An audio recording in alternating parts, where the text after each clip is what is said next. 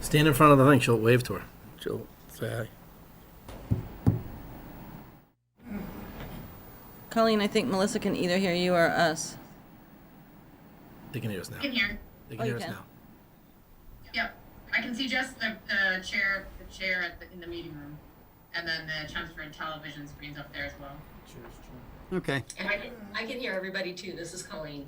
Great, thank you. okay. Get in on Zoom. Yep.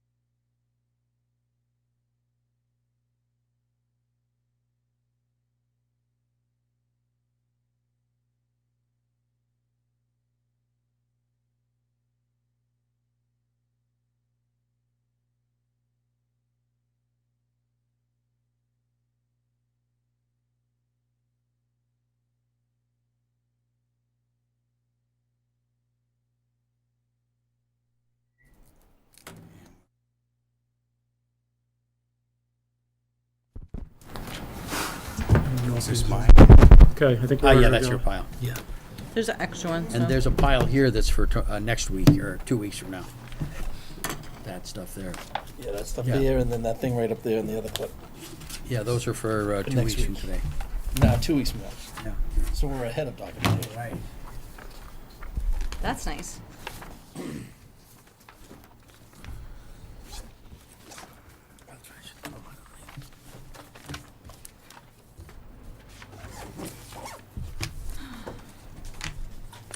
Spill this.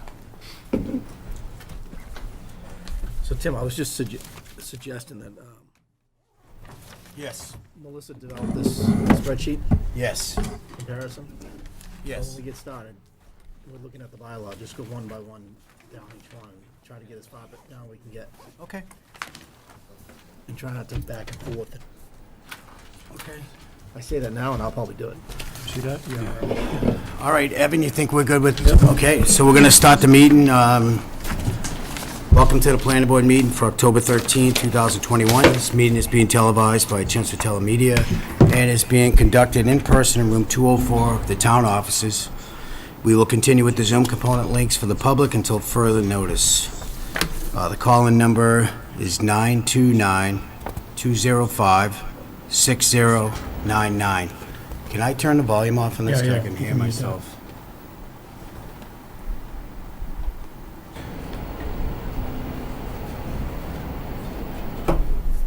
Sorry, I have a Mac, so I'm not really sure. You could do testing. I think that's good. All right. Okay, we're doing a work sessions, 6 PM to 7 PM, UMass West work session. And on is Melissa. Do we need to correct anything on this? Do we need to do anything with this Oh, we're computer? good to go. What is the white thing up there for? Is that, I can clear that? Yeah. If you're able to. Yep. Excellent. Okay. All right. Melissa, are you there? Do you want to take us through this? Sure. Or yeah. Sure. Good evening. For the record, Melissa Robbins. I think, Mr. Chair, if I heard you properly, you'd like to run through the comparison document from RM zoning. Yes, you have good ears. Okay, so it's actually split into two sections. So the top chart is for the Tramelco portion, and then the bottom part is for the choice SEG portion. So if you're wondering why there's two portions of the chart, that's why. Okay. We were asked to just go through and so you could see what we complied with and what we don't comply with. So you can see the top note there actually tells you how many units we could get on the site, which would be 81 under the RM zoning. I think that was one of Nan's questions at the beginning of the last meeting. So that would be the total we could get. As for the rest of the dimensional regulations, all the way down to maximum building coverage, we actually meet all of those standards. We either meet or exceed all of the RM zoning standards. You can see from maximum building coverage, we are exceeding the building coverage, but as you can see in the note, the building coverage is only 9%, but the pervious coverage totals up to 45%. So that's where that 45% number comes from. The stories, RM allows for 3, we are 4. The height in the RM is 35, we're proposing 56.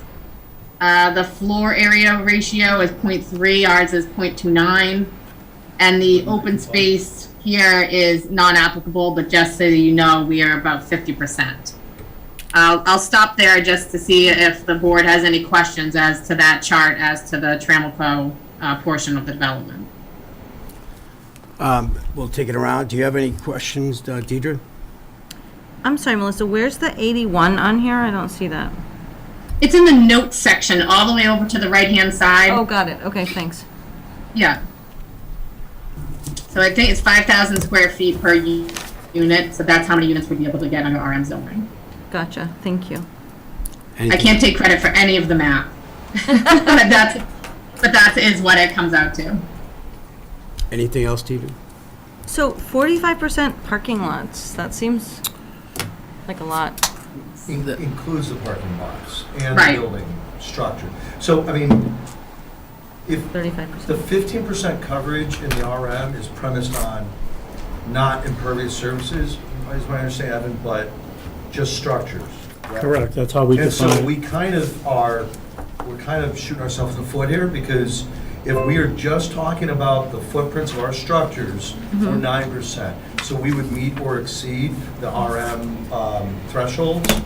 But I don't even know why we talked We about don't- the entire impervious. We only regulate building coverage. Okay. We do not regulate impervious coverage. So that would be 9%, not 45. Yeah. Yeah. So that's. With parking, with lot, it's the Without 45. covering. No parking or drive aisles. Okay. Okay, anything else, Deidre? Mike? No, Any good. questions up to? No, I'm good with this. Okay, do we have anyone online, or? No? I mean, any of our board members, I don't. Erica's on there. Erica? Oh, yeah, there she is. Erica, do you have any questions? Hi there.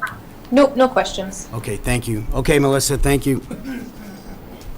So if you go through to the next section, you can see this is the choice SCG lot. And so by the same calculation, their lot would only allow for 11 units.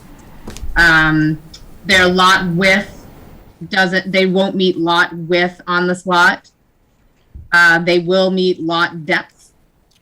They will not meet the required frontage in the RM zone is 150, and we have 50 feet of frontage for their lots. As for minimum yard requirements, we will meet the front yard. The side yard is 25 feet where it requires 45. It does meet the rear yard setback. Same thing with coverage. You can see that the building coverage here is, again, what is allowed is 15%. The choice building is 20.5, and with the total lot coverage with pavement is 65%. I know that's moot to the discussion, but I think that one of the board members had asked for that statistic. The stories are 3 and 3 will be built. The height of the structure is 56 feet, where 35 is allowed in the RM zoning. The floor area ratio is an NA, but just for the board's information, it is 0.62.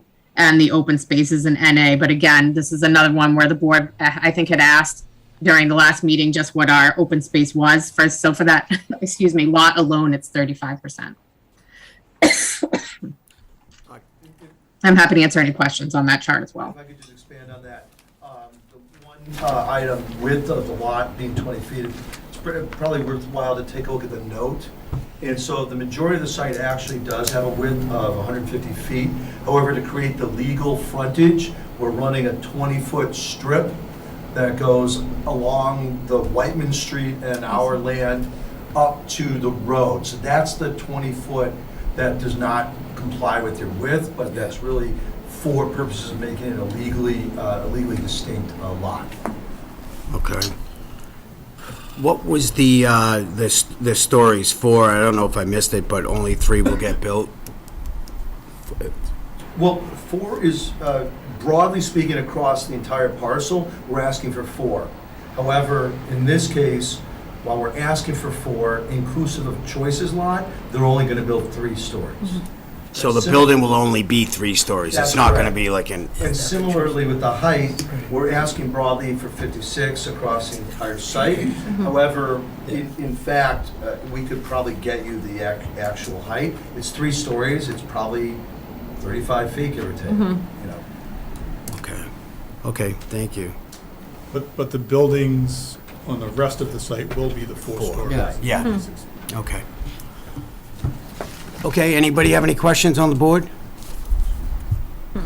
No, the only question I had is, so there's nothing we can do on the landscape or moving of the building to comply with that side lot for Choice?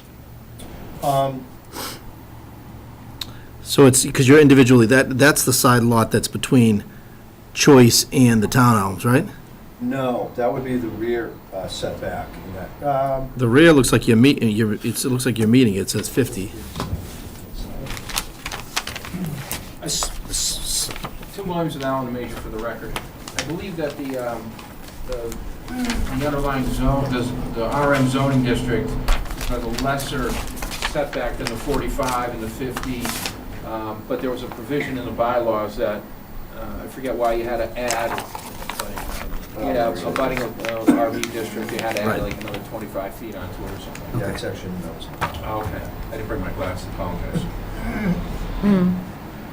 So the underlying zoning would have been 25, but because it abuts an RARB, it adds 20 feet.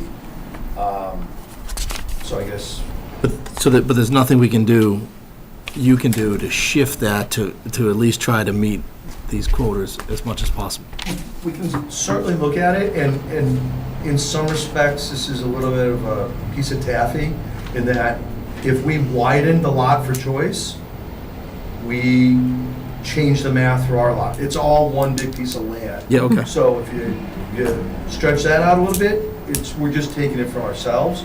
And I think I would talk to our engineers and Choices engineers, and I want to be careful because I'm not an engineer, but we can probably do that. But I just want it to be clear then that the calculations for the chart above would then change a little bit, because we're taking some of that land area away from us and putting it on their lot. No, I was just looking at your parking lot. You could, if you moved it down and then moved the parking lot onto the other side. The parking lot to, as you come into the development. Just on the looking at left. it really quickly, I mean, they know their lot. I was just trying to figure out. I just want to be able to check the box and go through and then make sure we're meeting as much as possible. You know what I mean? Yeah. Before we move on, what was the deal with frontage? So we're running a strip of land, a 20-foot wide strip of land on the lot line Do between our you have the parcel- exhibit? You got that large exhibit with you from last week? No. No, okay, all right, just describe it. Would we have it in our plan? No, we wouldn't have it either. So how is Choice getting frontage? They're running up here and then catching that, 50 foot of that, And why are you doing that? to create a This is the frontage. Choice, right? Yeah. The three-story. But isn't that the back of the building? You know, I don't care. I don't mean, see- it's- yeah, It's I all don't see it. enclosed. It doesn't matter which way the buildings are facing. Well, I agree. Internal to the site, I'm not. we What's it gonna define make a frontage difference? as Yeah. Right? Frontage is the front of the building, Not isn't it? providing Make a difference. legal accessible vehicular I didn't have a access. problem with that. To the buildable area of the I lot. agree. I think the majority, I Yeah. mean, you don't need to have an Still issue with access. that either. No, I have no issue with it. No, that's, That's the back. that's. I mean, it that's was just for landscape. guidance to understand the Yeah, relationship It's not a road. Yeah. The road's here. between, Obviously, if Private it was way. something that Access, yeah. it's gonna make more of a difference. So, I mean, this is why the bylaw was written the way it was, so that you didn't do in and out. And that's- Yep. Yeah, I mean, that doesn't even comply with, that doesn't comply with zoning. Oh, so it's trying to give the frontage for the, off of Princeton Street.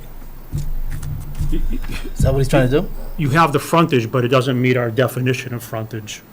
So you Right, just- and that's why we actually pulled Right. something down to Princeton Street, so that we didn't have a lot with zero frontage. I understand. The challenge with this exercise of trying to figure out whether the project, how the project complies with the underlying bylaw, this is another example.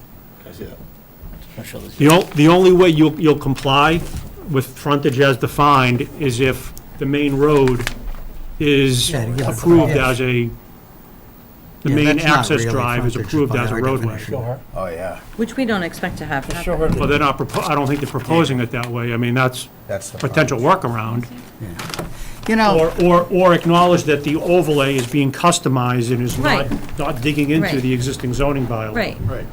Which, right now, we're kind of playing this game of, I you know. I think, I don't have a problem with it. I think we got this, No, it's custom. this chart just to get an idea of what was going on. Right. This is all internal to the site. Right. Is the way I look at it, the whole site's got trees around it. What happens internal to the site is of far less concern to me. And the whole site has frontage. The And site has we'll deal with that with the overlay. Evan, do you see a difference? Or The reason it's coming up is that they intend to A&R Right. its choice lot out It'll be a separate Right, legal lot. exactly. And I think we can So probably, you're not gonna be able to do that unless the overlay somehow Addresses the, addresses it. yeah. the That increase. frontage for the overlay is not typical frontage. Do you have a suggestion that could make it work, I or? mean, the simplest is, frontage is a number and nothing more. It has nothing to do with access. It's just a number. So Yeah. if you're gonna continue with that lot shape, then it could theoretically comply with frontage. It meets the 50 feet. yeah, It just doesn't provide access, which is fine for this project. yeah. Okay. It's absolutely fine, because there's access another way. Do you need to have an easement in front of the townhouses for choice? I mean, and they'll have all their That would be, I easements. think that's internal. So you have an internal it's easement. internal. Can Who I cares? back up and ask a really basic question? Is the point of the frontage access? So the point In the of the bylaw frontage it is that there wasn't a waiver down to 0. In the bylaw, it is, we revised it a couple years ago. Planning board had a project in front of it where it was illusionary access. And they were creating funny shaped lots that the planning board questioned whether there was legitimate access. So we closed that loophole. But this property has access, Yeah, and this It's the. delineation of frontage is meant to make sure that projects have access, yeah. but right?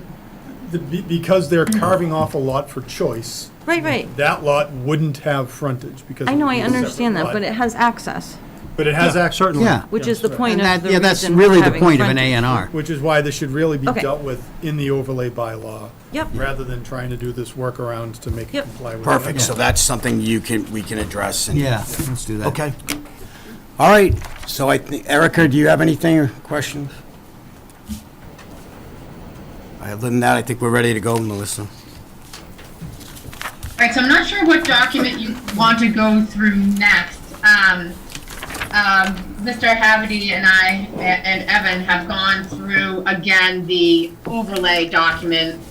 I think that this has been a very collaborative effort on this overlay. I'm happy that it's come out the way that it has. I think that really the only change since the board has seen it the last time was that there was a placeholder in paragraph 2 where we were going to put in specific provisions of the bylaw that we would comply with as part of this overlay, and those have been now listed all the way through. And I don't know, I know we were going to do this last time, and I don't know if the board feels they're in a proper place to do it now. And obviously, you have Mr. Haverty there, so he can speak to the format of this document first before we get into the meat of it, if you'd like. Would you like to? I don't see any need to talk about the format of the document. Sounds great to me. It is what it is. Yeah. I know Nancy is going to take a look, and I didn't see anything yet from her, but is she going to be signing on? Do you know? She may or may not. She right, had well- some things she had to deal with this evening. Evan, do you think there's anything on this we should tackle now? I know the rest of them aren't on here. But, Related to what? well, with this, I know Nancy was going to... I would continue your review. Yeah. Okay. Take it from the top. Go through 'em. All right. Right, so I was gonna suggest at the last meeting that we go through a block by block, and then if the board has issues with a certain portion or what we've set out as regulations or requirements, then we can get through them one by one. Okay, we're good with that. Okay. So I don't know if we just want to start on page 1, and then if Yeah, people want to yeah. stop, I mean, I think, Evan, I think that you were going to add some more languages to the purpose and Yep, intent. Still working on that. Yeah, so that will be, we'll Flowery be language, making that. Yes. Yeah. So Evan got that. So that's a great idea. Melissa, you want to just take us through it, and then if we need anything, we'll stop. And then also, Evan, if there's anything you're going to be adding, we can mention at that time. Okay. The establishment and applicability, I mean, this will be, the paragraph 1 will be filled in once it's approved. Paragraph 2 sets out the overlay, and then it also, at the end of that paragraph, there used to be a placeholder, but now you can see that it specifically incorporates portions of the bylaw that we can comply with. We did have a conversation with town council and with Evan and went through the bylaw almost line, section by section. So I think that we're pretty comfortable with these provisions. The definition section really just says what a multifamily dwelling unit is. and what an age-restricted multifamily dwelling unit is. As you know, Trammell will have multifamily dwelling units, and then the SCG choice units will be age-restricted multifamily dwelling units. What's allowed by right in the districts is multifamily dwelling units, age-restricted dwelling units, and then we have that separate section that says by right with site plan review. And you can see the site plan review is triggered when you have more than 2 units per acre. So if you had less than 2 units per acre, would go by right. Since you'd be over 2 units per acre, that's what triggers the site plan review. Okay. So we're gonna be over, they're gonna be over. Yeah, so we'll Right. get a site plan review. Exactly. Yeah. The intention is to trigger site plan review. Yeah. Which is still considered by right under Massachusetts law, so you're not running afoul of the other laws that we discussed at the last meeting. Okay. So this is where we get into a little bit of the meat of it that we Unless you just wanted to. discussed. Oh, Sorry, Melissa, go ahead. oh, that's okay. The design standards, they shall meet the following standards. Almost every one of your bylaws that has an overlay has a design standard, so we tried to pull those and put one in here as well. The first one is about minimum frontage, that it has to have a minimum of 50 feet on a public way. Obviously, we exceed that. Any development site proposed for age-restricted multifamily shall have a minimum lot area of 2 acres, which we have that, Yep. and a minimum frontage. We'll tweak that a little bit just per the board's discussion, just to deal with the frontage issue, so that we don't have to get creative on it. Honestly, my intent was just not to have a waiver down to 0, but now that I hear what you're saying, we'll tweak that language a little bit. And can I just interject really quick? If it's private way that is open for Yeah. public use, isn't our Yeah. roadway a private way that's open for public? Yeah, so that meets the criteria, right? So then we could be in the 150, I think. Yeah, you'd make it. Are you going to apply for a definitive subdivision? Likely not. Then the bylaw needs to say, on frontage, it somehow needs to indicate that it's frontage numerically, not for access. Yeah. And then if the bylaw contains that provision, then you can modify your weird lot shape with choice. You won't have to do it that way Right. if you choose not to. I think that makes more sense. Okay. Yeah, it's a lot cleaner, I think, right? Yeah. Okay. The next section talks about the buffering that's required within 50 feet of the property line and roadways within 50 feet of the property line. Number 4 is... On number 3, you got the building inspector in there. You're right. Can you take that out? Yes. Well, that's for one by right. So if we have less than 2 units per Oh, acre, which okay. that would be per the building inspector, Okay, anything that requires site plan review goes to the planning board. Less than 2. Yeah. Yep. The 4th section is the required minimum distance between buildings that are structurally connected. I think the next section is one that the board's very familiar with, which is the unit sizes per each unit. The density, I know we've talked about this quite a bit, that is a minimum, that shall be 15 units per acre. So that's a Obviously, that maximum will be and knocked minimum? down in the development agreement, but under this bylaw, it has to state that it's gonna be 15 units per acre. So Melissa, that's a maximum and a minimum? Yes. I guess I should say minimum. Yeah, minimum. Well, I think we do want to cap as well, even. Yeah, I with think that is the development. maximum and the minimum.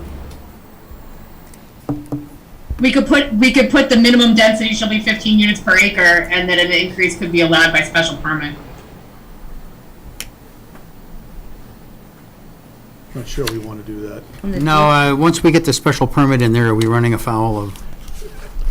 That, Now, as long as you, I mean, as long as something's allowed as of right, you should probably be okay, but As long as what? Paul? as some use is allowed as of right, you probably won't run afoul of the housing choice legislation. That being said, I don't think, given the fact that the proposal is for less than the minimum density anyways, I don't think you want a maximum density that's even higher than the minimum Right. of 15 units per acre. So I think, we just have to tweak this to say minimum and maximum density. Yeah, we can come up with some language for that. Yep. All right. We did go through the math, but we're not, no more than 25% of the total site area within the wetlands of the floodplain shall be used in calculating maximum density for the site. Again, your bylaw has a requirement for that not total area of the wetlands can be counted, so we were trying to make sure that we had a portion of that in our bylaw as well. Building and parking coverage. This says that it shall not exceed 45% of the project site. Notwithstanding that, there's a separate requirement for age-restricted multifamily housing, because as you saw on the chart, 65% maximum coverage of the site is for building garages and pavement. Okay. So that's where that number comes into play in this bylaw. All right. Okay. So this next section talks about building and structure setbacks. Obviously, this is on that one lot. But you can see it says no building or structure shall be erected within 30 feet of any property line, abutting a private street, or within 20 feet of any property boundary area, excluding any internal lot line created as part of this. So your question, Mike, about how we deal with that lot line internal to choice, that's how we tried to deal with it. Okay. Gotcha. So the intent is not to codify any of the compliant RM comparisons into this? That's right. Okay. Because most of the dimensional regulations are going to be dealt with separately in this overlay in any case. The exercise of doing the RM was just to see how this compares to your other multifamily overlay that already exists. Okay. So the parking, then we have separate setbacks for parking. You can see it says front, side, and rear yards, no parking shall be constructed within 25 feet of any property line or of any street, or 25 feet of any property boundary area, excluding any internal lot line created as part of this development. And the concept plan complies with that? Oh, 25 feet right here. Yeah, right. Or again, are we, just for clarification, is the main drive not a private way or public way? So therefore, you can have parking within 25 feet of it? Is that right? Correct. Okay. I'm sorry, maybe I missed it somewhere, but the parking setbacks, how do they compare to the RM? I don't think there is parking setbacks in the RM. Nothing in the RM that covers that. Okay. So why do we keep referencing a public or private street then? Well, the public street here would be Princeton. I mean, that would be our main street. We would have a 25%, 25-foot setback, and then would have another one within 25 feet of any boundary area. So really, it's just to make sure that we have 25 feet along the front of the street and then 25 feet of other property boundary area. So really, we're making sure we have setbacks all around the development. So should this read an existing public or private street so that you don't get the setback requirements imposed upon your internal roadways? Yes. Okay, that's a good suggestion. But I keep asking for clarification. You're not proposing this to be a public or private street? Correct. Maybe something like. How you did regarding the frontage. Excluding any roadways on the premises, or something like that.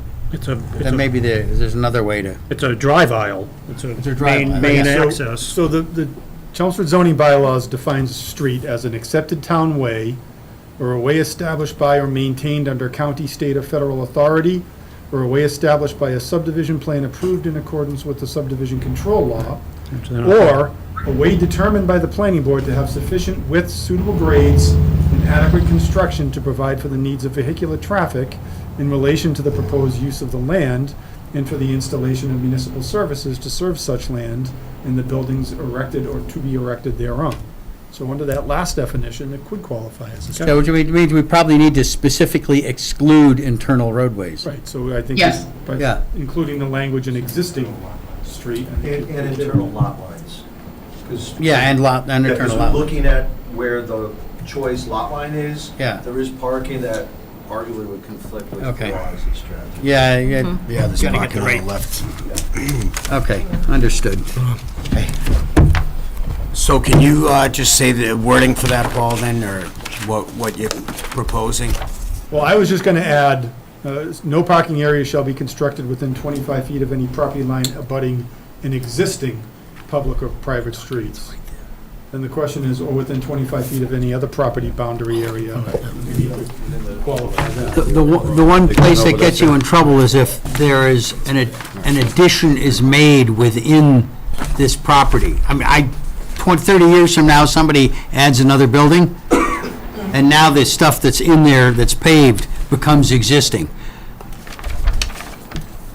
Well, You see what I mean? I don't know, maybe it's a silly an point. issue that may never, It may never happen. It's not the intent for this to have further development. right. Well, and the development agreement would basically prohibit that because they're Oh, going to okay. be In that- in that Right, case, they won't have the it's- ability to. units. You Okay. don't want more density. No.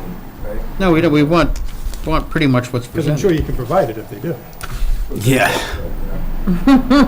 Okay, thank you, Melissa, we'll go on. Okay.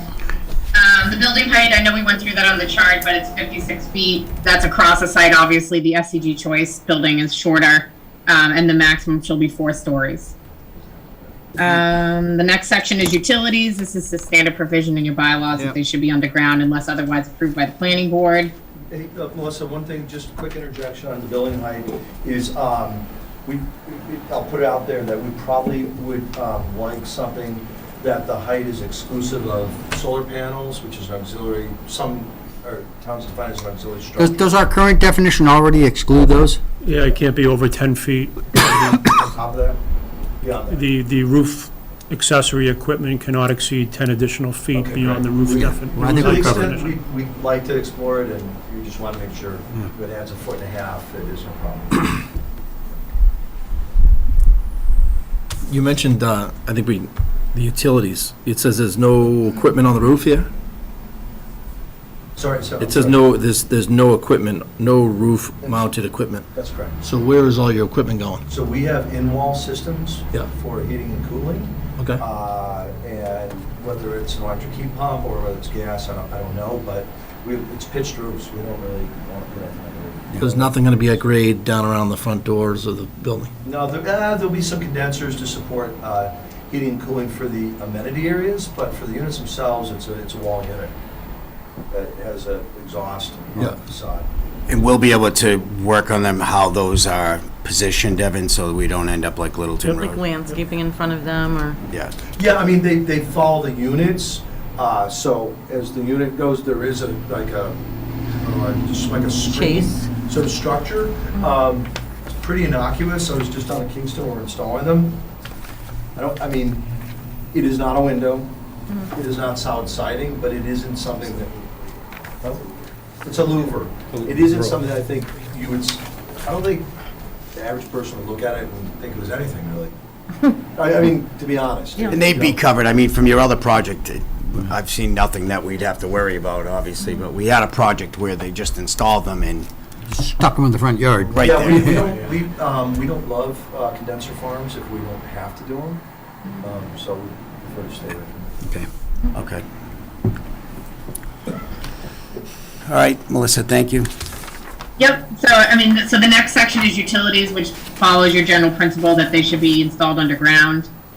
The open space, we have that 50% of the total lot area for the multifamily dwelling units shall be set aside as open space. We try to just get into a little detail because sometimes boards ask me, well, do you just consider open space anything and you can put stuff on it? The answer here is yes, some stuff will go on it. So we say what exactly can go into the open space, such as boardwalks and pathways, fire pits, hammocks, tables, seating, those type of things, and landscaped Bocce areas. courts. So you can see what would be allowed in the open space area. It won't be held in its natural state. Then we have a separate section for the age-restricted multifamily lots, which is 35%. And the rest of the language is really if the open space gets conveyed to some other third-party holder, like somebody that holds a conservation restriction or something, but we don't anticipate that will be the case. Okay. Any questions on that? No? So the next section's, I think, where we're gonna probably have our first significant discussion, which is parking, which we've heard a lot of comments from not just this board, but other members of the public that they're concerned about parking. and the parking ratios. I think that Mark and Mason, who are there, are going to speak to this in a little bit more length. But what we have right now is that we won't have less than one parking space per unit for studios and one-bedroom units, and then two for two-bedroom units or greater. And that shall include the guest parking. And I think that's the biggest issue I've heard so far, is that there's not additional guest parking on top of that initial parking. So, Mark and Mason, I don't know if you want to speak to that in a little bit more depth. Yeah, sure, and we have our engineer kind of. If you wouldn't mind getting up, just so they can hear you on the microphone for the people online. Thank you, Mark Baranski, Trammell Crow Residential. Let me preface the comments by saying that with regard to parking, we are very much in alignment with the opinions of the board.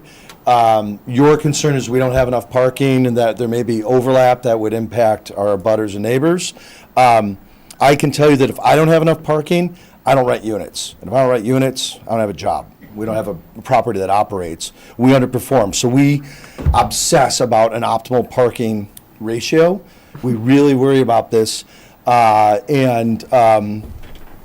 Interestingly enough, after hitting peak car ownership trends are down, but we still have to really build parking for the parking that we'll need on day one, even though it seems like the trends are that by day 1,000, those parking needs may have gone down slightly. Generally, where we are with the site plan that has been presented to you was in a range of about 1.47 to 1.49 parking spaces per unit. And again, we've heard that is that's something the board and again members of the public aren't comfortable with. And actually, when we sharpened the pencil, we didn't really like that either. We kind of felt that to be a bit concerning. We're attacking this three different ways. One way is we're proposing 8.5 by 19 square foot parking spaces versus 9 by 19 parking spaces.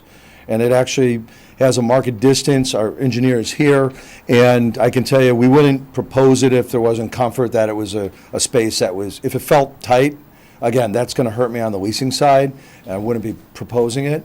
It does make a difference. It adds about 20 to 30 spaces to the site with our current layout without really changing the impervious. Are they marked like specific for like smaller cars or? We did not, in some towns, there is a compact car subcategory. I don't believe that's the case here. Just a question. Yeah, so we didn't intend to do that here. Okay. So that's kind of one thing is going in with just a 6-inch narrower parking space. We have identified areas on the site that we had not really focused on for parking, again, with our site plan, and with primarily, and I should have brought a map, I apologize, plan alongside the 3-story structures that we've talked about. There's quite a bit of flat land there. That helps us considerably in getting more parking. And then lastly, we received a rather interesting proposal from, I believe, a past planning board member in looking at some tandem parking spaces in front of our garages. So instead of the garage being kind of on the same, extended into the parking areas, they would actually be set back so the face of the garages followed the curve of the parking, and then doing a space in front of that as a tandem. And so in combination, those three approaches, 1.6 to 1.7 range of spaces per unit, which is where we're comfortable. That's where we think we should be. We did, in fact, look at some comparable projects in the area, but also in other parts of the state. And, I'd say that for our projects we're developing now in Peabody, we're at 1.57. Rentham was 1.63. Project Marlboro at 1.5, that felt a little low. We think it's the right number. That's about the right So what is the ratio. number? From 500 to what? 500, well, we're in flux because we've been working on it. Yep. I would say to 550 to 565 for certain. But I would also add that we would like to have the right within the overlay that if we find additional parking that we think makes sense, that we can do that on our volition. So I have a question with these numbers. Yep. The additional areas next to the three-story structures, Mm-hmm. would that increase the impervious? So in that case, it would have some impact on the impervious, so we'd have to do the calcs on that, yes. Okay. Yeah. So the number 550 to 565 is with the smaller spaces though, right? It's a common, it's smaller spaces, I think on almost all, but not all, as well as the tandems, as well as finding additional parking. So what's the average width of a car? I know the average width is approximately almost, it's 5 foot, 9 inches. I mean, what are we designed to? I mean, Well, a lot of communities, And you yeah, get- Tim Williams with Allen Major Associates. I know that the town of Chelmsford uses Mass DOT standards, which are 9 by 19 for 90-degree angles. A lot of communities allow you to go 8.5 by 18. We see that all over the place, so that's what we held. We were going to go with 8.5 by 19, a little longer. There was talk about making it down to 8 feet internally, and that's a little tight, but 8.5 seems to be the happy median where we can get some additional spaces out here, and again, that number's kind of used in and around the 128 Beltway, call it. Okay. So the numbers that you gave us before, 1 per studio and 1 per 1 bedroom, and 2 per 2 bedroom and 3 bedroom, They're gonna go up. they will So go they, up this was, to, yeah, this was drafted before. Right. We drafted this and now we've heard the traffic issue, Sure. excuse me, the parking issues. So we're trying to address them. So you will see some language change here once we actually find out how many parking spaces we get total. And then obviously at the bottom where we say the dimensions of the spaces, that will be tweaked as well, obviously with the board's permission to address what the parking spot sizes will be. Okay. Yeah, I one thought here worth considering, perhaps you already have, is that there seems to be something of a question here as to what the next 20 or 30 years is going to look like in terms of cars per household, cars per family. And I understand that. You know, it could be that it goes down, or somebody could come up with a technology that makes, tiny, light solar cars really cheap, and it goes up. It's hard to say. Is this a situation in which we could consider some land banking? The idea of land banking was proposed by Okay. council. We have heard that. I'll admit, we didn't dig into that as an exploration quite yet. We really tried to identify real spaces that we could program in. I think we can go back and look at the site and see if there's spaces that feel like they're appropriate. Again, this development is premised on, we're disturbing all the areas that have already been Right, disturbed. right.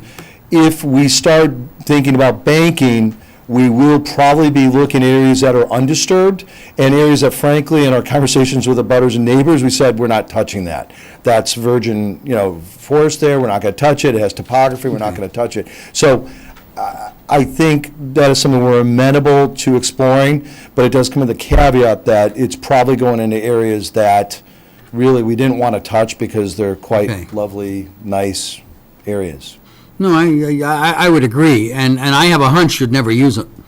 But, I would think so as well. my crystal ball has not been working real well lately, so. Those are transit-oriented too. Yeah. Anyone else have, Erica, do you have any questions or comments on this? Nope, I'm all set. Thank you. Paul? No. Mike? Where's the parking? Is there any guest parking for the townhouses? We have 2 spaces per Are they in the unit. garage, and then there's a garage there? It's 2 per unit. And so when we do our metrics, Oh, there's space right there. I see. embedded within, we don't necessarily break out the guest parking as part, we look at the amount of parking we need per unit, which is inclusive of guest usage as well as resident usage. And so we just look at it maybe a little different, not necessarily right or wrong, but that's how we see it. And we think for the townhouses that the 2 per unit is sufficient for guest and 2 is resident. one in the garage and one right Yeah. outside of it. Yeah. There was a small parking lot too, right along our frontage of Princeton, that can be utilized as guest parking. Yeah. Okay. All right, Evan, did you have anything on? Okay. Paul, you're all set as well? I'm good. All right. Melissa? The only other thing I wanted to point out is that we have in here that the choice SEG units, and I know that David couldn't be here tonight, but we have 0.4 parking space per unit. I think they're actually designed out at 0.9 parking spaces per unit, which is way more than is needed in a senior restricted housing development. It's certainly SEG and choice. They usually design to 0.75, and they hardly ever need that. So I just wanted to point that out Okay. as part of this bylaw. That's the second part of it. No, they don't. Okay. But that's basically it on parking, so we'll work on that a little bit more and try to get the board a total number for the next session. Is there any other general comments about parking? I mean, I think that we gave you the lay of the land where we're heading, and is the board comfortable with the direction we're going in Yeah, there? at this point, yeah. Yes. Okay. Good. Okay. So the next section is to landscaping. I know that we spoke about some of the perimeter areas, but this speaks a little bit more specifically about landscaping. You'll see that we try to leave the landscaping where it is, where it's a good buffer, and if not, we'll put new plantings in and try to enhance the mature buffer. You'll see it says a perimeter fence may be installed, but I think we spoke at one of the earlier work sessions that in many locations, because of the work with the abutters, there will be perimeter fences installed, for sure. So you can see that was specifically put in there, so when the fences go in, that is going to be part of the perimeter buffer per the agreements we have with the abutters. The second part, again, is the parking buffer. We talked about that a little bit as to where the setbacks are, but we will have interior and edge landscaping and landscaping around the parking areas. Melissa, you have deals with some of the neighbors for the fence. Will those be given to us and then be part of this, Evan, as well? Those would be presented as part of the, the Yeah, to site make plan- sure the that site plan they get process. completed, okay. All right, thank you. And then there's just a general section about landscaping around structures, that there should be land plantings around the perimeter of the buildings where possible, and that it should be consistent with the rest of the project site. This architectural design standards, I think we stole this from one of the COID or BAOD, quite honestly, but it basically incorporates some of the building design that we are using on site and just gives some general information about the building design standards. Gotcha. A little bit more about the residential buildings, how they're going to be constructed with a suitable facade, and that the lighting plan will be in conformance with 195-34 of the zoning bylaws, so that there's no spillover. They'll all be night-friendly, sky lights of proper temperature and heat, so that will all be accounted for in that section. The site plan review section, I think we tried to highlight every single section that we can comply with as part of this overlay. And it's basically any one of them that doesn't allow for a waiver.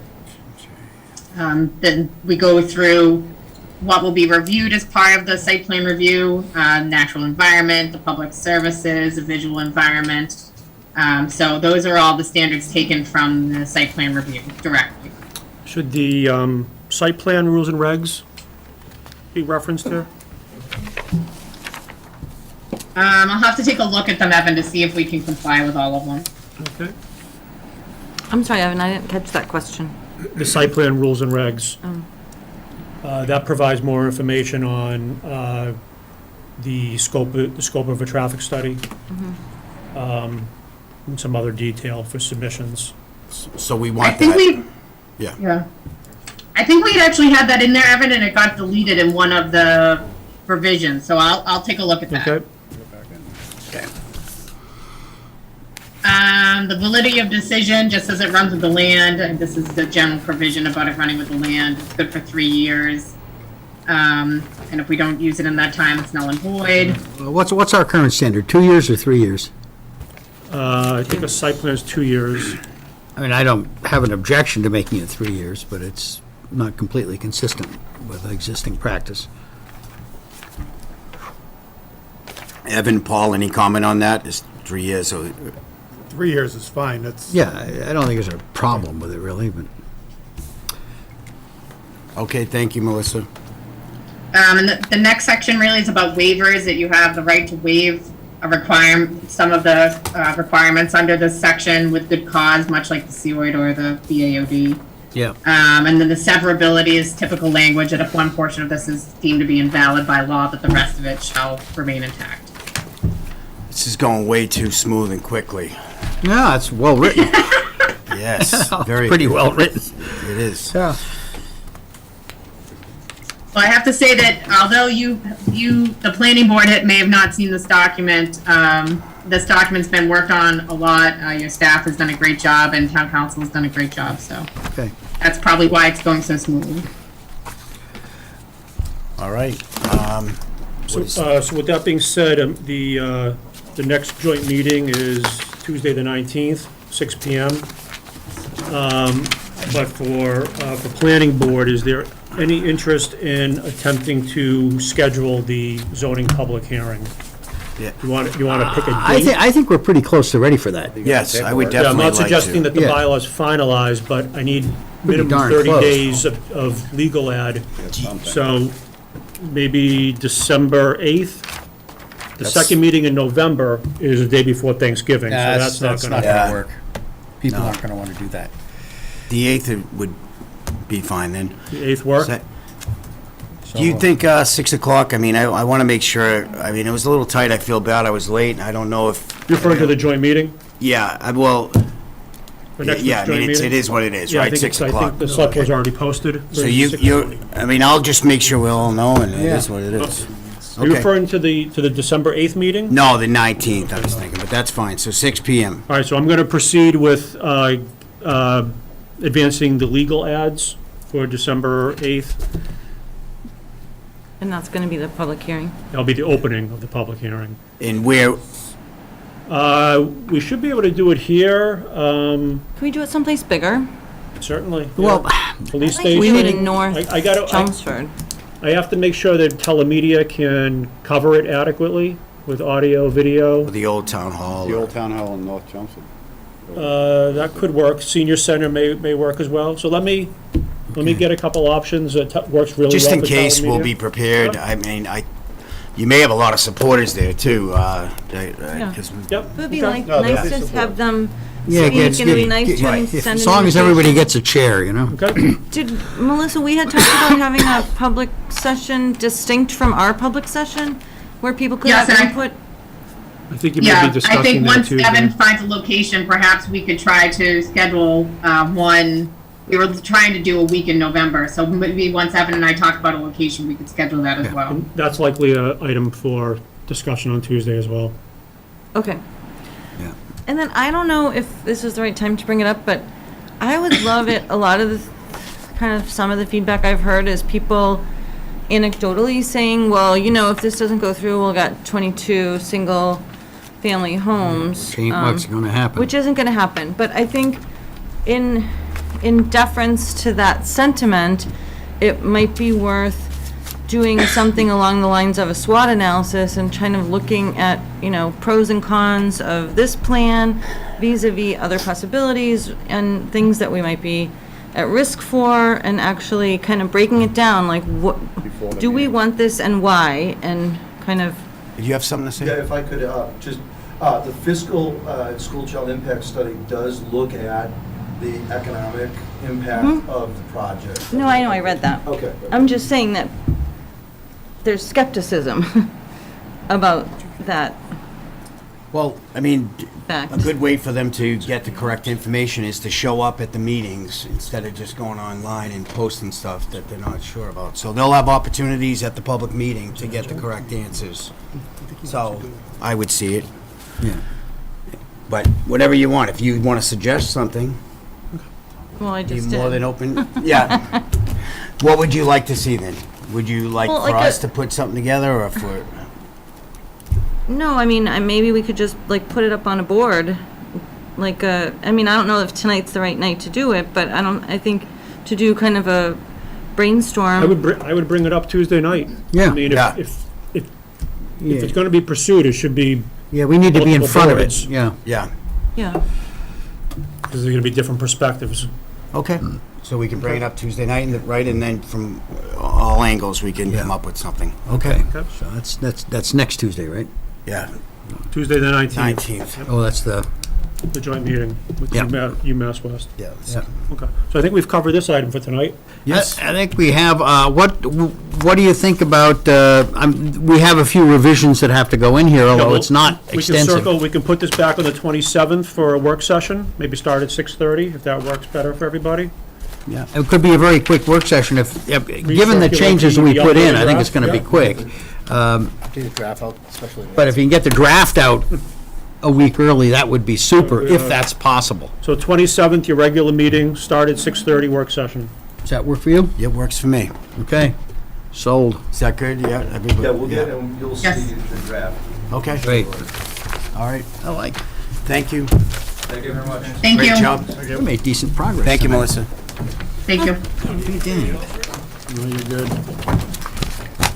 Moving along pretty good. Yeah, we are. I'm impressed. What's that? I said it's moving along pretty Yeah. good. All right. Hey, everyone. You out of here? Did you need me to stay for something? No, it's nice to see you. You don't want to stay? Thank you for your Run help. for your life. Thank you. Actually, having you right there working on it all has been great, because it's, we don't even have to ask to get your opinion.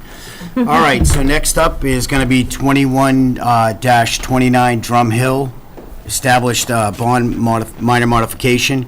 Chelmsford Retail Management LLC for property located at 21-29 Drum Hill Road for demolition of the existing two-story 12-240 structure and construction of a new 7615 square foot multi-tenant structure with one consistent of fast food drive-through and associated site improvements.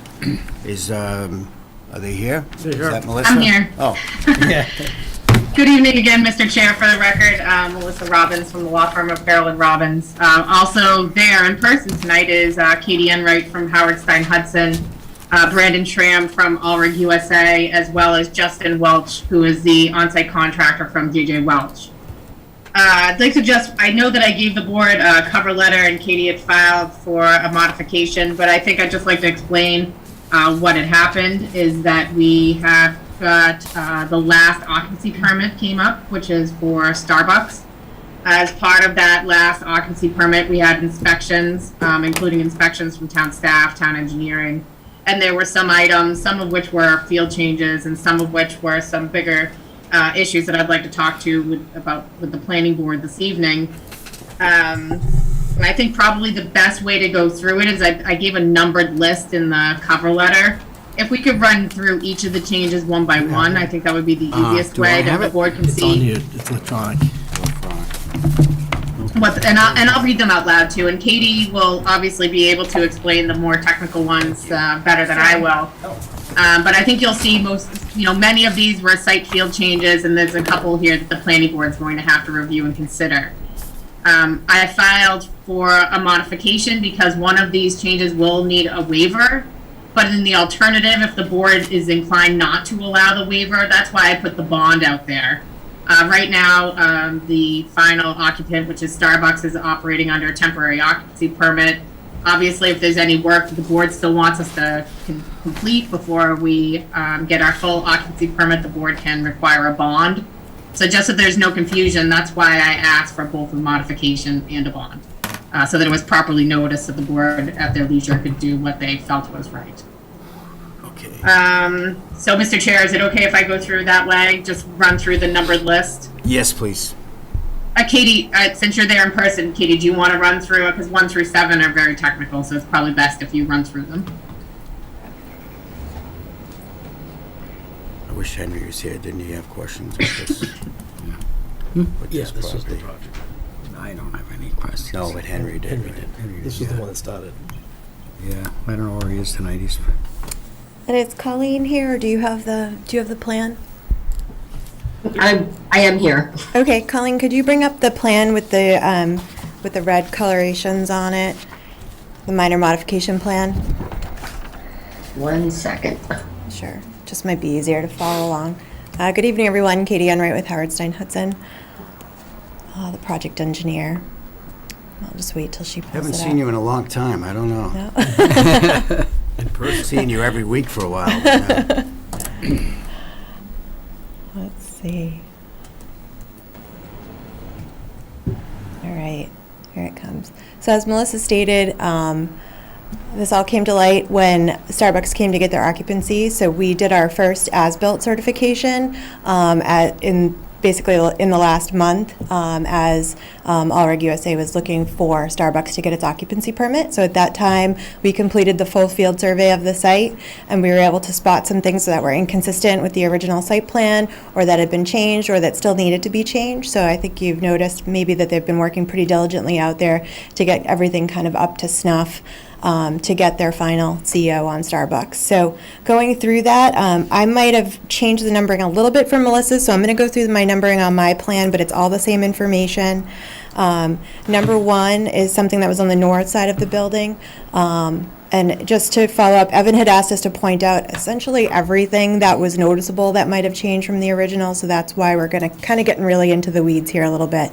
The building was constructed with scuppers, one that went off the north side of the building, one that went off the south side of the building. That's only in a very extreme case, as the drainage overflow that comes off the roof has an overflow in the underground drainage system within the parking lot, but it's required to be built that way.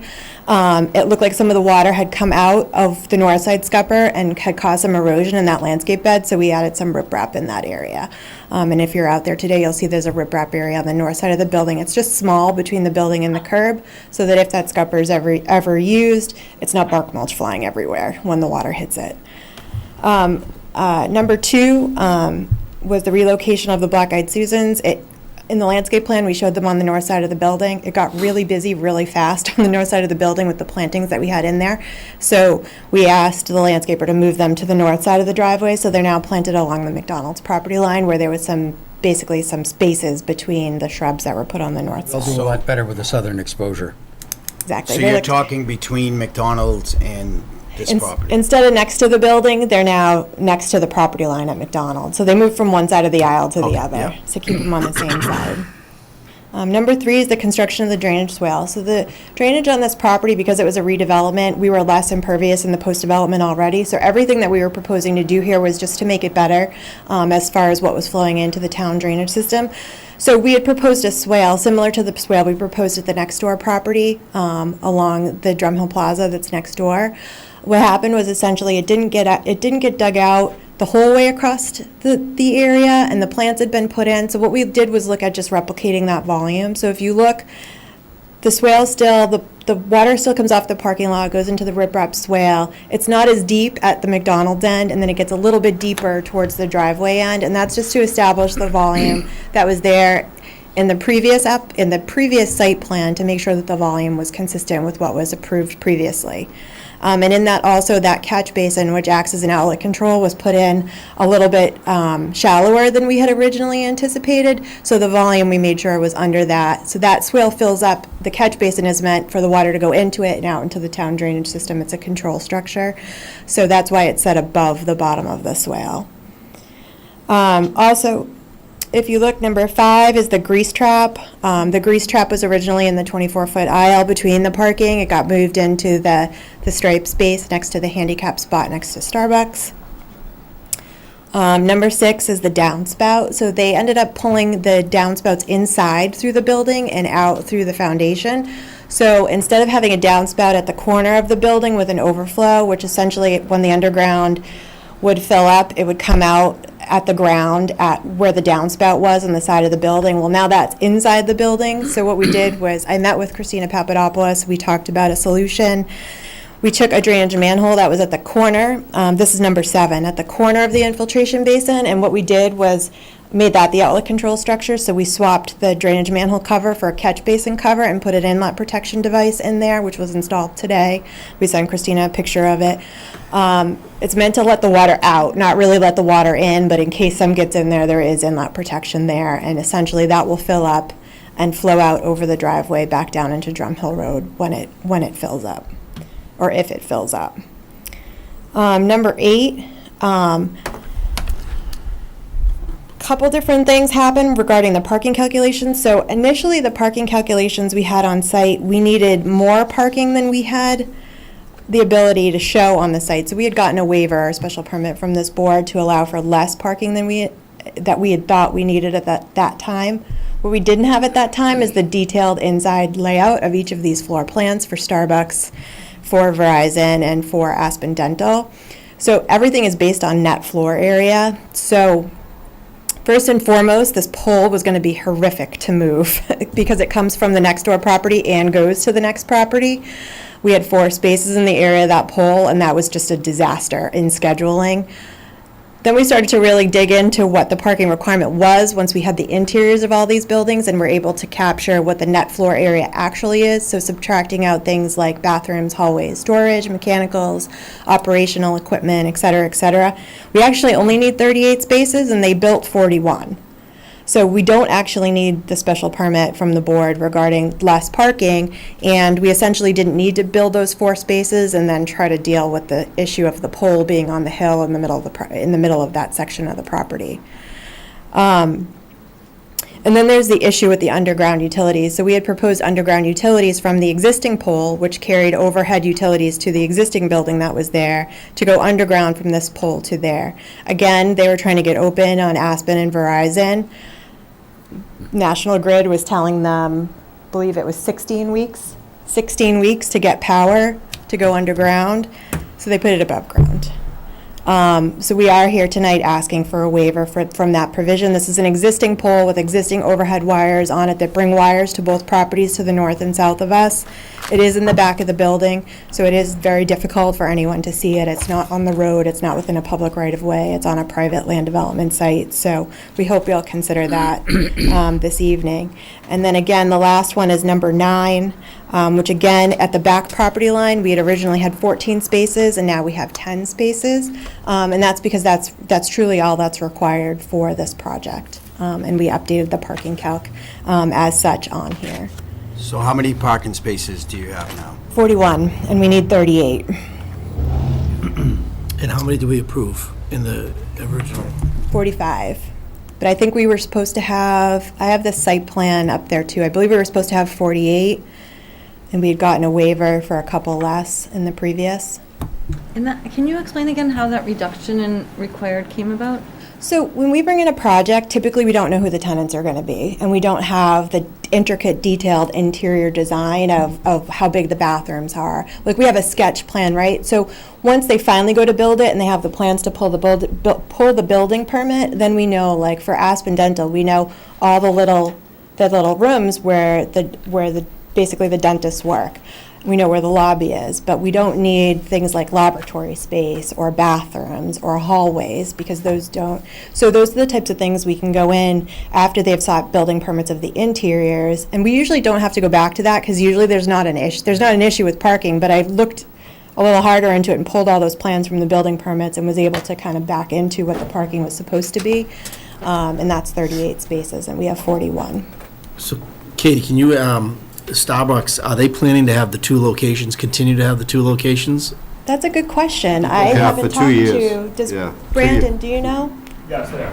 They are, There's a 2-year lease, they're gonna go 2 years. 2 years. So what happens after 2 years when parking is desperately needed in this lot? Well, the Because problem on with the other the- lot down it's a crazy. So I looked a lot at this other lot because I did the plan for Auto Fair, the Nissan dealership, and a lot of people were parking in there. People are parking up and down what is Slaughterhouse Road. There's plenty of parking in that lot. People don't like to walk.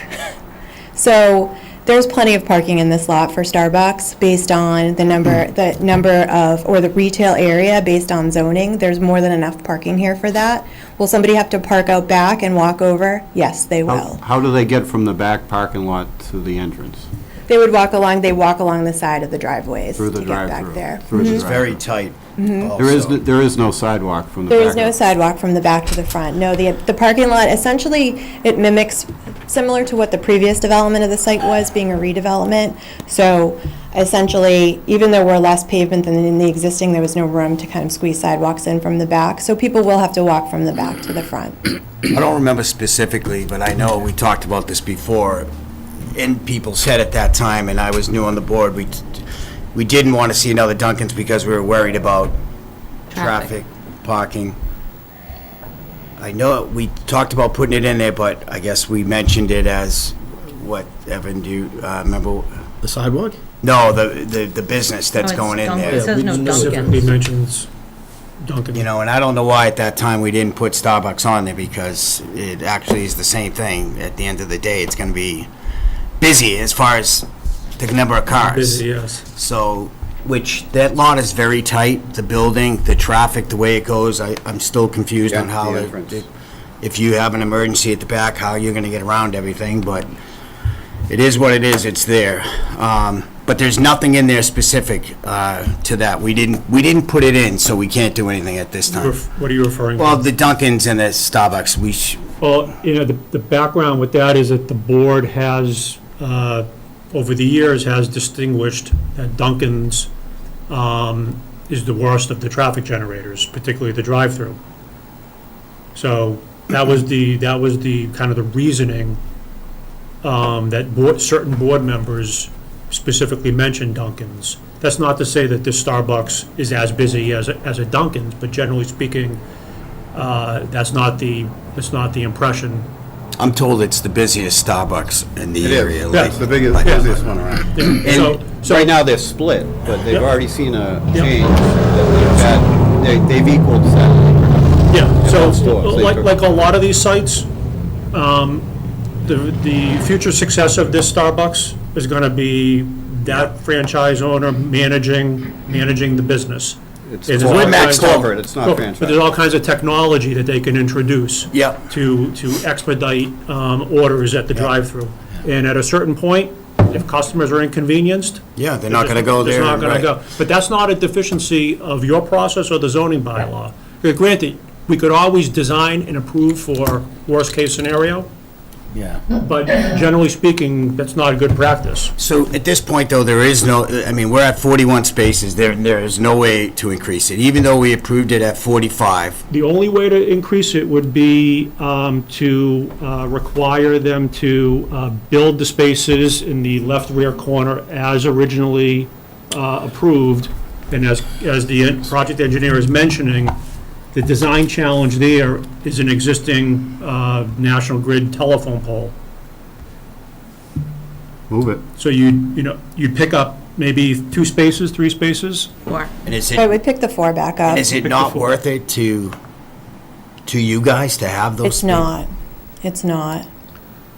So what we You guys can- are still And required exactly to what- remove snow as well, too, right? That's correct. So what we I don't can know how do, they're just gonna plow throwing out a suggestion here, an idea, is that the board could consider, at the discretion of the property owner or tenants, that at a future date, if they are maxed at parking, they can proceed with that.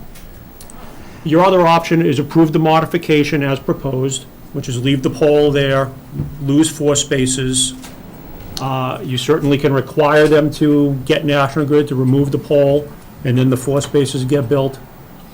Or you can do a You hybrid know, approach. we could land bank the 4 and, Exactly, and then and, if and, they're you know, needed, they're if, needed. if it turns out later on that those were really needed, then, you know, No doubt it will be. gather the goons and go But the- down and but beat the up beauty- on National The Grid. beauty at a later date is that it's the tenant and the property owner who are making that decision based Yeah. upon a business Yeah. decision, rather than a planning board saying, well, Safety you're issue. definitely gonna need them.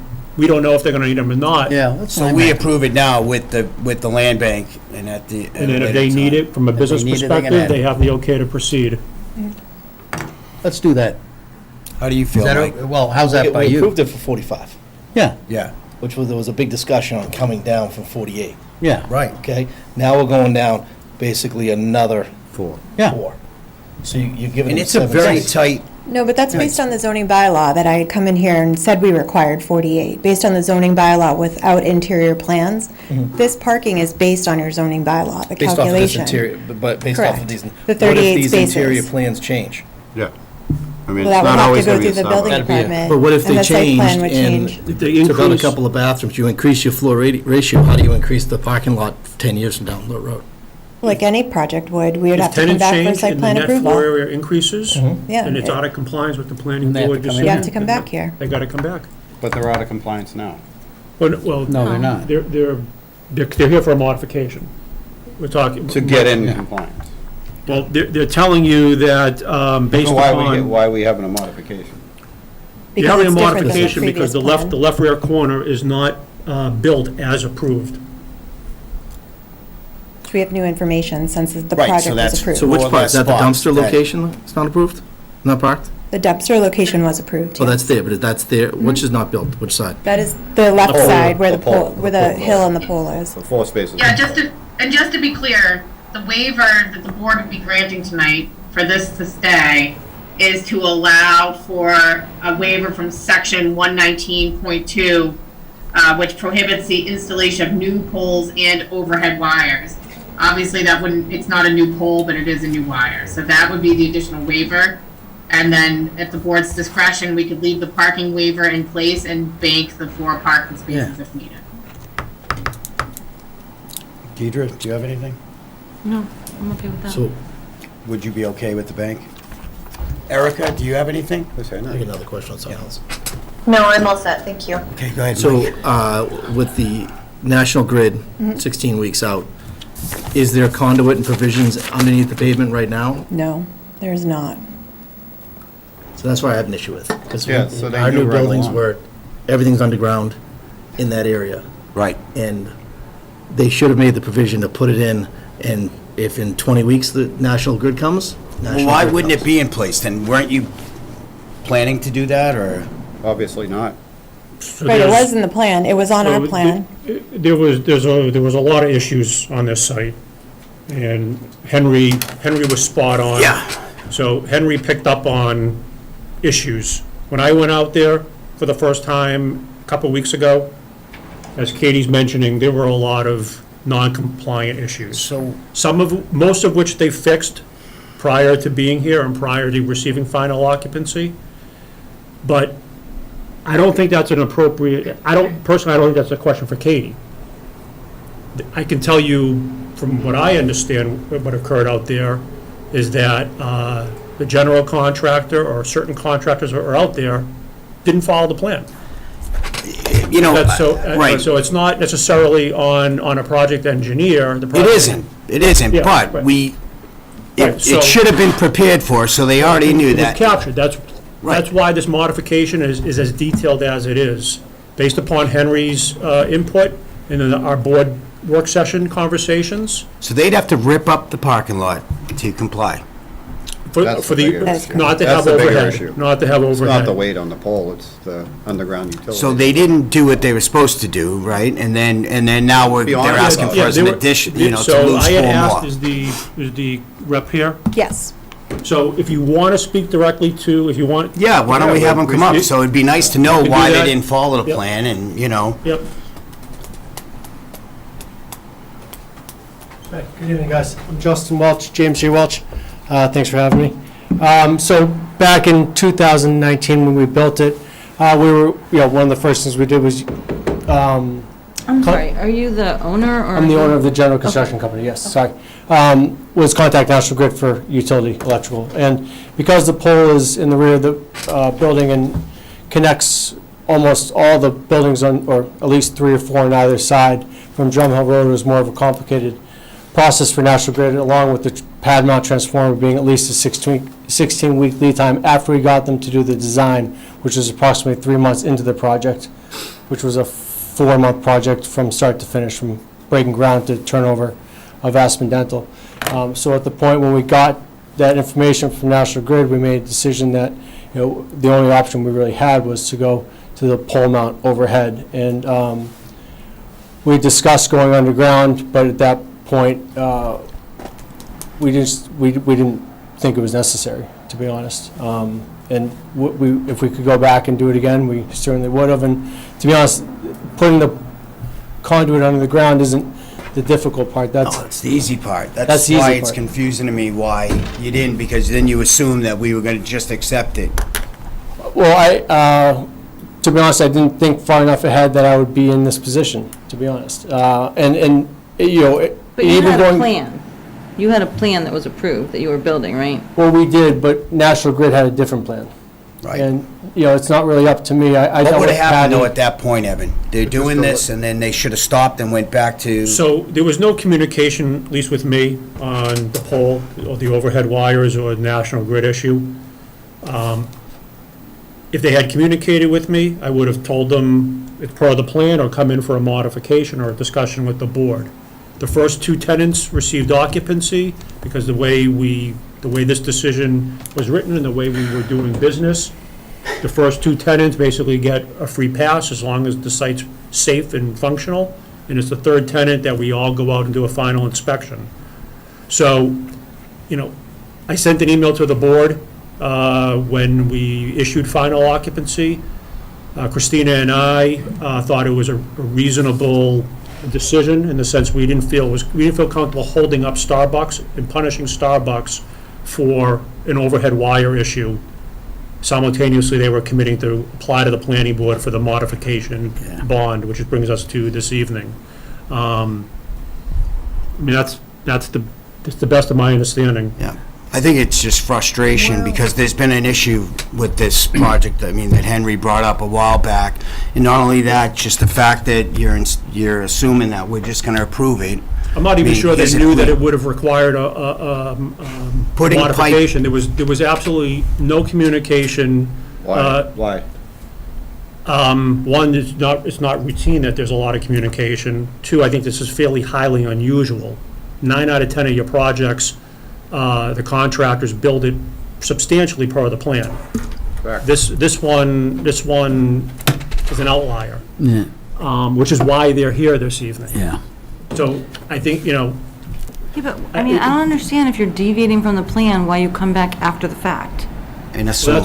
that's when we found out. Christina and I go I out, don't we do a understand why final. you guys come back after the fact when it's all, like, And we're going to accept it. It's us in a bad position. I completely understand, I can appreciate that, and if I had known that that was one of the requirements from the planning board, that it go underground, then we certainly would have For the communicated. whole area. wasn't it underground on the plan? It's shown underground, but National Grid Okay. wants to go overhead. And even dropping the pipe in there, though, you should have assumed, let's drop the pipe just in case we need to at some point. Sure. That's what I would have thought. Let me check something here. If I understand correctly, that pole's not going away. The only wires we're talking about are the wires to this structure, that has got other wires on it. It's a very complicated So, situation. the pole's not going away. The pole The would be overhead staying there. wires are not going away. The only wire that we're talking about, which is from that pole to the building. None Exactly, of the which other is ones. not the problem, though. Yeah. The problem that we Yeah. have is exactly what Deidre said, Oh, I that agree. there was a I plan, agree. and it automatically just assumed that the planning board will do it. I wonder if another I'm town very would just confused accept now. it. I'm really confused, because that pole is going away for 4 additional parking spots. Well, that's it, yes, Mike. wasn't going away, it was moving. It was moving, it It was was, relocated. yeah. And National Grid was pretty much unwilling to do that for us. Well, 16 weeks out. Well, to get a pad mount transformer, at the point when we tried to explore, it took me forever to even get them to consider doing a pad mount. They said, I'm not moving the pole. I've heard stories. of National Grid, I tried everything I could, trust me, and they wouldn't go for it. They didn't want to do the work to relocate the pole. It was much easier for them just to connect and tie into our building and call it a day. And I went through everyone I could to try to get this pushed through, and no one would listen. They won't open a ticket, just to go back, they won't even open a ticket to talk to us during site plan approval until they're in construction. I get it. I know how difficult they are. I think, moreover, I think you understand why we're angry. And I hope that yes, if of you course. do ever work on a project, that you will at least think or talk This with is my the lesson, town. absolutely, yeah. Anybody else have anything? No, I agree with you. And Evan, do you have anything else on this? No, Or so- any suggestions that you, Again, I don't think it's a reflection on the planning board process or staff. We've talked about doing interim as-bills. That may have caught this, but as Deidre's saying, it's not our fault or the your fault. expectation is that the contractors and the property owners and the engineers that are out there are building the plan per the approval, and if not, they're, communicating in a timely manner, so that nothing's 11th hour. This one, in my opinion, just, it's an outlier. Well, So you're talking land banking? Well, I think it makes sense to land bank the 4, and if a situation comes up in which they don't have enough parking, and then you can go back and try to do battle again with National Grid. Do you want to speak? Yeah, I just want to Introduce myself. I'm Brandon Schramm. I'm with the developer Allrig USA. Just wanted to apologize on our behalf. We plan to do more projects here. Won't happen again. We do a lot of developments across the country, and like he said, this is highly unusual. And when we caught it, we the first thing we wanted to do was apologize. So that's all I'm here to do. So I understand your frustration because it's not a normal situation, and we weren't trying to slide something by you. So hope you know that. Thank you. All right, do you want to? I'm good. I'm prepared to move Okay. on this. Mike? Yeah, I'm fine. Paul? Yeah, I'm good. And you're all fine with land bank? So the pole that we're talking about is in the back corner, Yep. in the back lot. It's not where the temporary power was coming down through the front of the building. No. Okay. No. Go ahead, Evan. So if I understand where we're at, board's contemplating approving a modification to allow the land banking of the 4 spaces in the rear, which would leave the pole in place, and then you're left with a decision on the waiver for the Yeah, overhead. we would the overhead remove wire. the waiver, yeah, okay. It was approved for 46 spaces, not 45 though, right? Someone threw out 45 a second ago. There's 41 on site and 4 weren't built. Project proposes a total of 46 spaces, it requires 48. Just the numbers aren't driving again, just minor. It's five, Because the spaces too went away when we did the patio. Is that on in the front, decision? which was approved. yeah, I might be looking at an That older was the one. original decision. That was an The older one. decision Okay. allowed for 2 spaces to be used for the outdoor seating. Right. Okay. So it's that, it's, the main motions, the ones that we're really focusing on, are land banking 4 spaces, leaving the pole in place, waiver for the overhead wire, and then the other miscellaneous Yeah. modifications as presented. Need a motion? Yes. Okay, I move we approve the minor mod, subject to the comments that Evan has laid out. Second? Second. All in favor? Deirdre? I think I'm gonna abstain. Paul? Aye. Aye. Aye. Now, is this a minor mod? What does it need? Sarah? Simple. Okay. Does Erica vote? She must. No, she doesn't vote on this. Okay. Okay. All right, thank you. Thank you. Thank you. Thank you. So 2 things, can we go off schedule a bit related to that? I mean, I would like to change we talked about it, but I don't know if we codified changing our occupancy review / bond, so that if we could have caught something like this sooner, we could do that in the future. That's not our The place. second one is, I think there should be some consequence. Yeah. I don't know I was what- thinking the same thing. I mean, Free coffee for the board. well, it does seem like, Well, I can't imagine not, The engineers should have been in here while it's being constructed. They knew at that point that they were not going underground. Yeah. It's the first thing that they put in the ground when they do the site work. Yeah, There was a early on. decision made early on. Early on. The engineer should have came here and said, Right. we have to make a And change. dropping a Why I pipe- think there should be a consequence. That's the first thing that goes in, all the to be pipe ridiculous. prepared, should have been done. So And they- you agree, Evan, I mean, You know what I think would be more interesting? No, but she should I would've laid but the it's pipe, not her put a fault. It's not your pull string in fault. yeah, we're not, Saying the engineer, Oh, we're so. not- No, me and Katie, because you came through here all the way along presenting the project, Right. right? We're not And then you saying got it's a you. contractor that went sideways.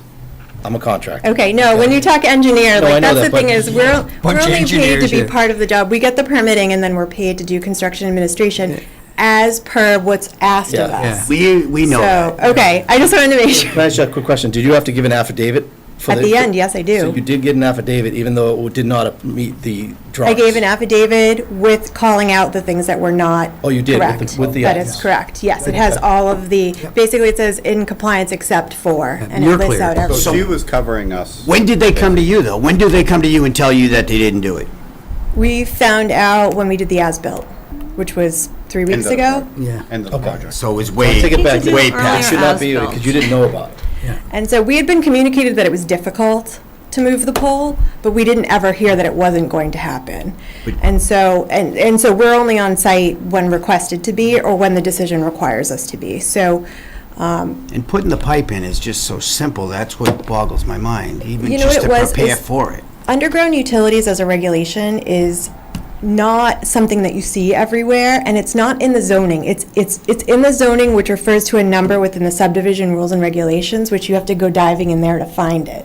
So it'd be good if it was in the site plan rules and regulations, because it's hard to find, and people don't know, yes, it was on the plan, but a lot of people don't think that that's a rule. You know what I mean? Yeah, it's an option So or it just, not that it's even an option, but that it's something that would need to be waived by a planning board. So it'd be better if it was easier to find. I get that, but it was on the plan, so No, I mean. I absolutely agree. There's Nope. really no, all right, I think we beat that, so. I just wanted to No, I make know it's not sure. Thank you, yours. I take Katie. it back. It's not your fault. It's not your fault. Okay, one thought I do have is, we have bumped into issues with National Grid over and over again.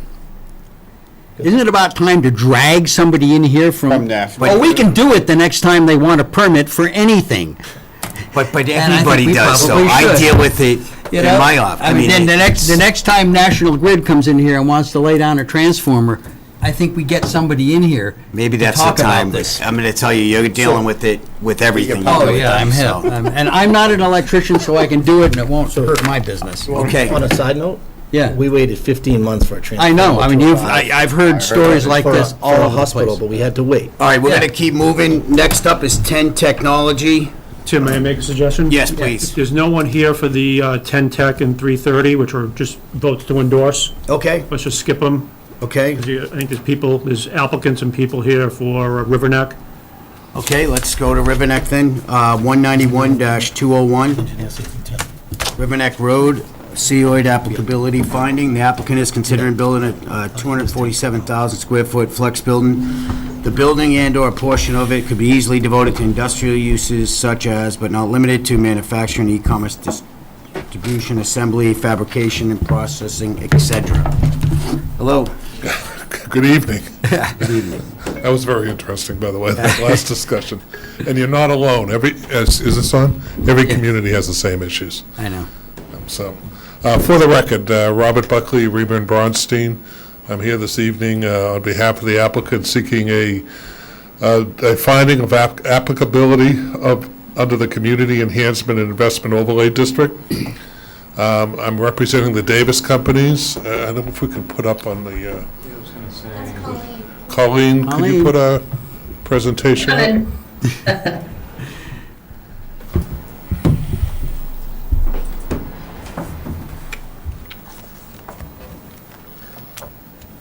We go to the first slide, which is just the introduction. These are the materials we sent. Oh. I'm happy to share my screen. What are you, what are you looking for? Colleen, can you hear us? And they're gonna tell you what they're looking for. Do you wanna Okay, tell what are you them? looking for? The cover sheet of the presentation, I guess you may not have received it. No, I probably did. Nope.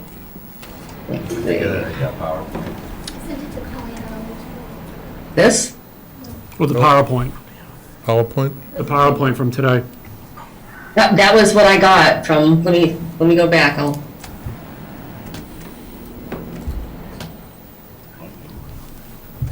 If need be, we could share it. I don't know. Yeah, and we do have, I'm looking online on, You have it right here? on the agenda. The so- PowerPoint's not on the agenda, it came in today. Oh, Okay. okay. Oh, okay, no problem, hold on.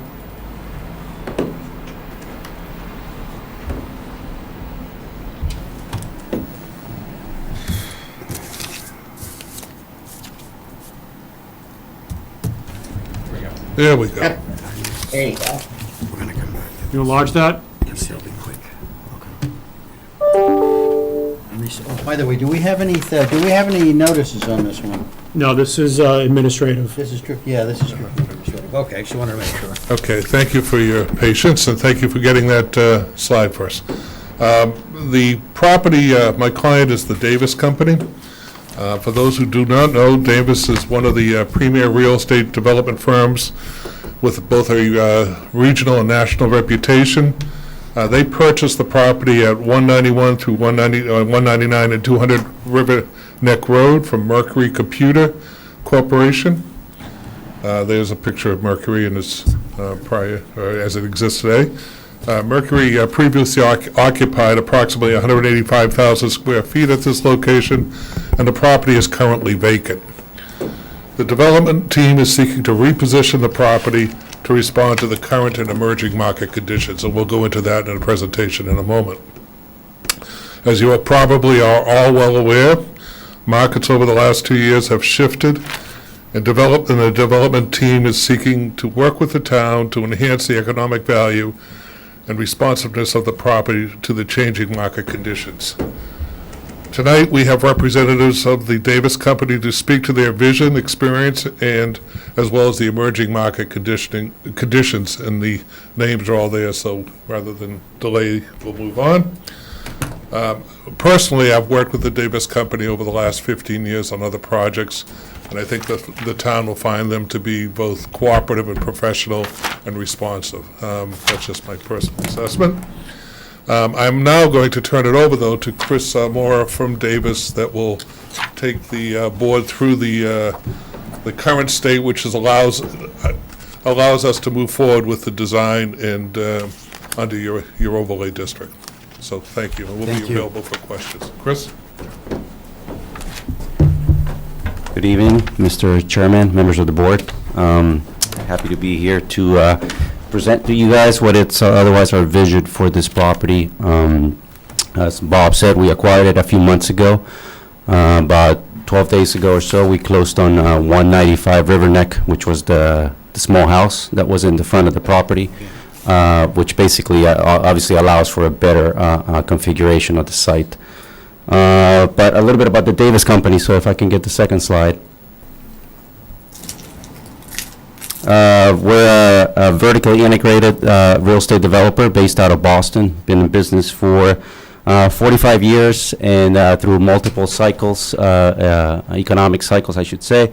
Currently about 120 people based out of the Boston office, and we have about twice as many property managers and folks that work outside of the office.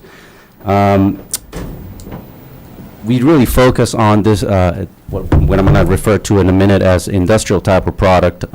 We've had we've started to focus a lot in recent times. So there's a shifting sort of macroeconomic factors that are driving us in that direction. We started, we were traditionally more of an operator of real estate, and right around 2009, John Davis, who owns the CEO of the firm, raised its first real estate investment fund, about $229 million discretionary real estate investment fund. About 6% of that fund was destined toward industrial properties, and you can see how we've sort of been growing that portfolio over time. We're currently on our fourth fund, $775 million real estate investment fund, which actually owns this asset. And pretty soon on, hopefully next year, we're going to start raising our fifth real estate investment fund. Moving on to, just wanted to give you guys a little bit of a sense as to what's going on around your community here, other projects that we're involved in. Actually, Bob is involved as well. We do see a big shift in macroeconomics that's driving commercial real estate development into a lot of what we call industrial properties, which are serve multiple types of uses, as the ones that we have delineated for this applicability study here. I'll just point out a couple. The Wilmington property that we show there in Upton Crossing, that's actually also our property. We are beginning to go through the planning board on that in that community. I think, Bob, you've been involved with the Tewksbury property at the Home Depot site as well. And just to give you a sense for what type of properties are being developed and what sort of tenants are occupying these properties. This is all happening around you. Chelmsford is obviously a very strategically located community, close to Lowell and close to New Hampshire as well. So we do expect this to be a very successful, very attractive property for potential tenants, which I should say at the moment we don't have a tenant. So what we are going to show you in a minute is our base scheme, what we're calling our base scheme. Next slide, please. So don't need to, as I said a minute ago, obviously this is a very well situated site, close to, right next to the Lowell border, very strategically located, adjacent to highways. So obviously it's a very convenient site for repositioning it for potential commercial real estate tenants. And it's something that we're very excited to bring to the city. We do see, in terms of how these types of properties impact the local community, we do tend to see an increase in, obviously, valuations that help out the cities. And I think on average, we've looked at roughly 3 times the original valuation after the property is developed. And we also see a local impact to the economy in the forms of jobs, whether construction or permanent jobs after the fact. So with that, I think I'll let Ben here and my team sort of walk a little bit through the actual scheme that we have forward, which is probably what you're all interested in seeing. So, Ben. Good evening. So yeah, I just wanted to highlight a few important design aspects of our current project, at least our current, sort of preliminary concept that we have right now. As Chris said, this is sort of our, yeah. Will you just identify yourself for the? Sorry, yeah. Ben Masslink here with the Davis Companies. So this is the way we're viewing it. This is sort of our max development, max scheme that we would aim to put forth. Does that mean it would be the all across different product types, some in e-commerce, some more flex. The e-commerce one in particular we're talking to is looking at more of a 100,000 square foot building. So looking at zoning and what makes sense for us in terms of a speculative development, that's what we're showing here right now. So anything else we would come back with would be less density. So just a couple major design items we wanted to point out. First of all, we have the building sited in the back of the site, which allows us to preserve the existing mature trees in the front of the site, which help to limit sight lines of the building. Second, we have 2 entrances to the site. The one on the left would be for passenger cars. So that's going to be, less noise for that approach. And the one on the right is the truck entrance and exit. So we've made sure to move that as far away from the existing residential areas to the west of the site as possible. Following that truck entrance around the right side of the building, you'll come to the loading docks in the back. Again, we've put those behind the building to allow the building to act as both a noise and sightline buffer to the street and the residential properties. Final point on, sort of limiting the noise impact of this site or any activities on the site, we've added a landscape buffer along the entire west and south side of the site. Again, just being sensitive to our residential neighbors to the south and west. And then finally, on that note, we're also intend to have limited site lighting just to avoid any noise pollution. So those are sort of the highlights of this preliminary site plan, and I'll end there and just open it up in terms of any questions from the board. Thank you. Okay, we'll bring it around. Deidre? have you had any conversations with the neighbors or the abutters? Not at the moment. I think we wanted to have this meeting first, and the next step would be to actually go meet personally with the neighbors in anticipation of the final design that we bring forth in front of the board. That's it for me. Mike? Well, I mean, in terms of COA applicability, it sounds like it's right in there, but I think you're going to find it would be useful to present more refined plans to this board, because you'll get, one of the advantages of this process, the COA process, is you'll get to hear what the board might do with a given plan that you have. The other thing is, when you go to talk to the neighbors, they're going to want some specifics. But in a general sense, I think this is right up the alley of the COA. Okay, Mike? So what, I see the layout of the potential building, the size of it. You got 247,000 square feet? What would the height be, the maximum height? I believe sorry, Chris, you can speak to this, we're limited to 45 feet, so we would be under 45 feet. Under 45 feet. And I think I saw 52 bays? Yes. That's max. That would be max, yeah. What we showed on the screen today would be the max. So you probably haven't done yet a traffic study on how these trucks are going to be coming in and going out, right?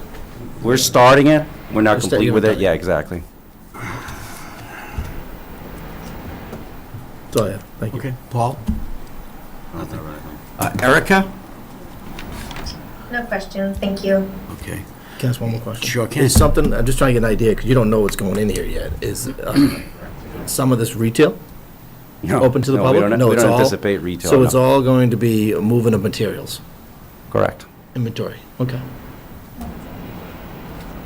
Thank you. I don't even know if you can answer this, but do you have like a type of client that you could see going in here?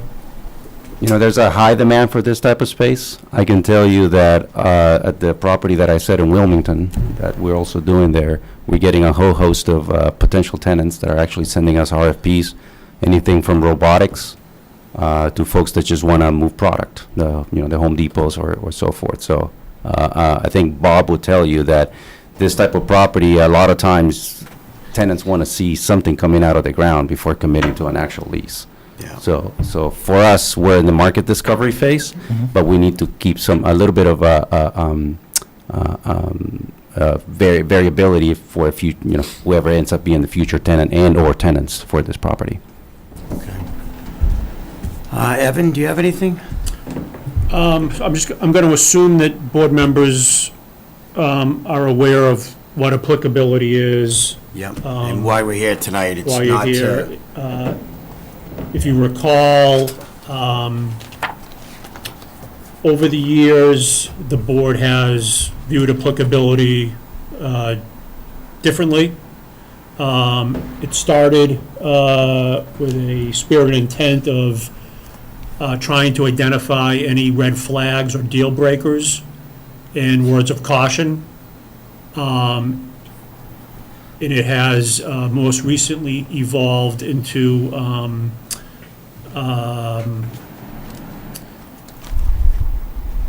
per council's recommendation, an applicability that should not be denied, but could be issued with words of caution or particular interest to the board. From my perspective, it's the spirit and intent of the overlay in this particular part of the process is a meet and greet, high-level explanation, identify any high-level concerns, what the board will be particularly interested in learning more about or seeing more about, and identifying any of those red flags or deal breakers. I believe we did a initial departmental review on this. I believe we did. So I'm not aware of any major deal breakers or red flags from departments, but obviously we saw the same plan that you guys saw, very high level. But I would encourage the board to engage with the applicant, continue to ask questions, in an attempt to, at a high level, identify areas that are of particular interest or concern to the board. Obviously, there'll be a full-blown traffic study. Hours of operation. Yeah, lighting, hours of operation, So, landscaping. do they have any examples of what you've dealt with previously? Hours of operation, traffic study? Yeah, you don't have a tenant, so anything they say is kind of like, And that is unique for Right, Chelmsford, it's- right. The fact that there isn't, it's speculative and there isn't a tenant being proposed as part of applicability and potentially as part of a regular, full-blown special permit is fairly unique to Chelmsford. Yeah. Not uncommon in other parts of the state and country. Probably one of like my biggest concerns or suggestions would be the neighbors. I mean, talking with the neighbors, meeting with the neighbors, you can see one of the developers that was here tonight, they spent a lot of time and that's going to be a big deal for me, and I'm sure many other members, making sure that the neighbors are happy. Obviously, we know something's going in there. And you're a very reputable company, and you do great projects, so I'm sure you'll come up with something nice. But That's our completely concerns understood. We and my just wanted to go concerns- through this process. Yeah, and yeah, then exactly. Go meet with the neighbors. Yeah. I think it's definitely, I think it would fit the COID, so I don't have an issue with that. And I would just encourage you to do what you can with the neighbors. Does anybody else have anything? I guess I have a question. Yes. Which is more for Evan, I guess. Well, a couple questions. One is with the sewer. There's sewer available to a development like this? Well, So my- It was for the. Yeah, so my understanding is the existing office, I think there's a Would be more, 60,000 odd square feet out there, would likely have a credit applied based upon historical flows. That level of detail and that letter, that determination needs to be issued by DPW. Steve Youngley will likely take the lead on that. If the credit doesn't cover the proposed flows, then they're likely looking at some sort of on-site system. Okay, which they won't know until they find a tenant. right. Yeah, so. And then, if applicability is granted, then what would first of all, they won't be bound to this particular, they can totally change everything and build something quite different? Is that right? They can propose something, they're gonna have to come back to you for full-blown public hearing, a butter notification, special permit. I think the way they're presenting this evening is that this is a maximum Right. based upon Right. COID zoning. And I think you asked and they kind of replied, whatever eventually gets proposed formally could be less. Right. Major development. But so Special if we permit. grant applicability, what can they build by right? Nothing. It Nothing. isn't in the zoning. Okay. Okay. We You gotta could, come back. you could literally build Feel better something about that's that. under 3,000 square feet by right. Yeah. Yeah. Okay. But anything over 20,000 square feet requires a major business complex. So No, it's it's not gonna go well. pretty certain that this is going to trigger a major business complex special permit, Yeah, and it's probably of some other. But remember, under the COID, it's one master special permit.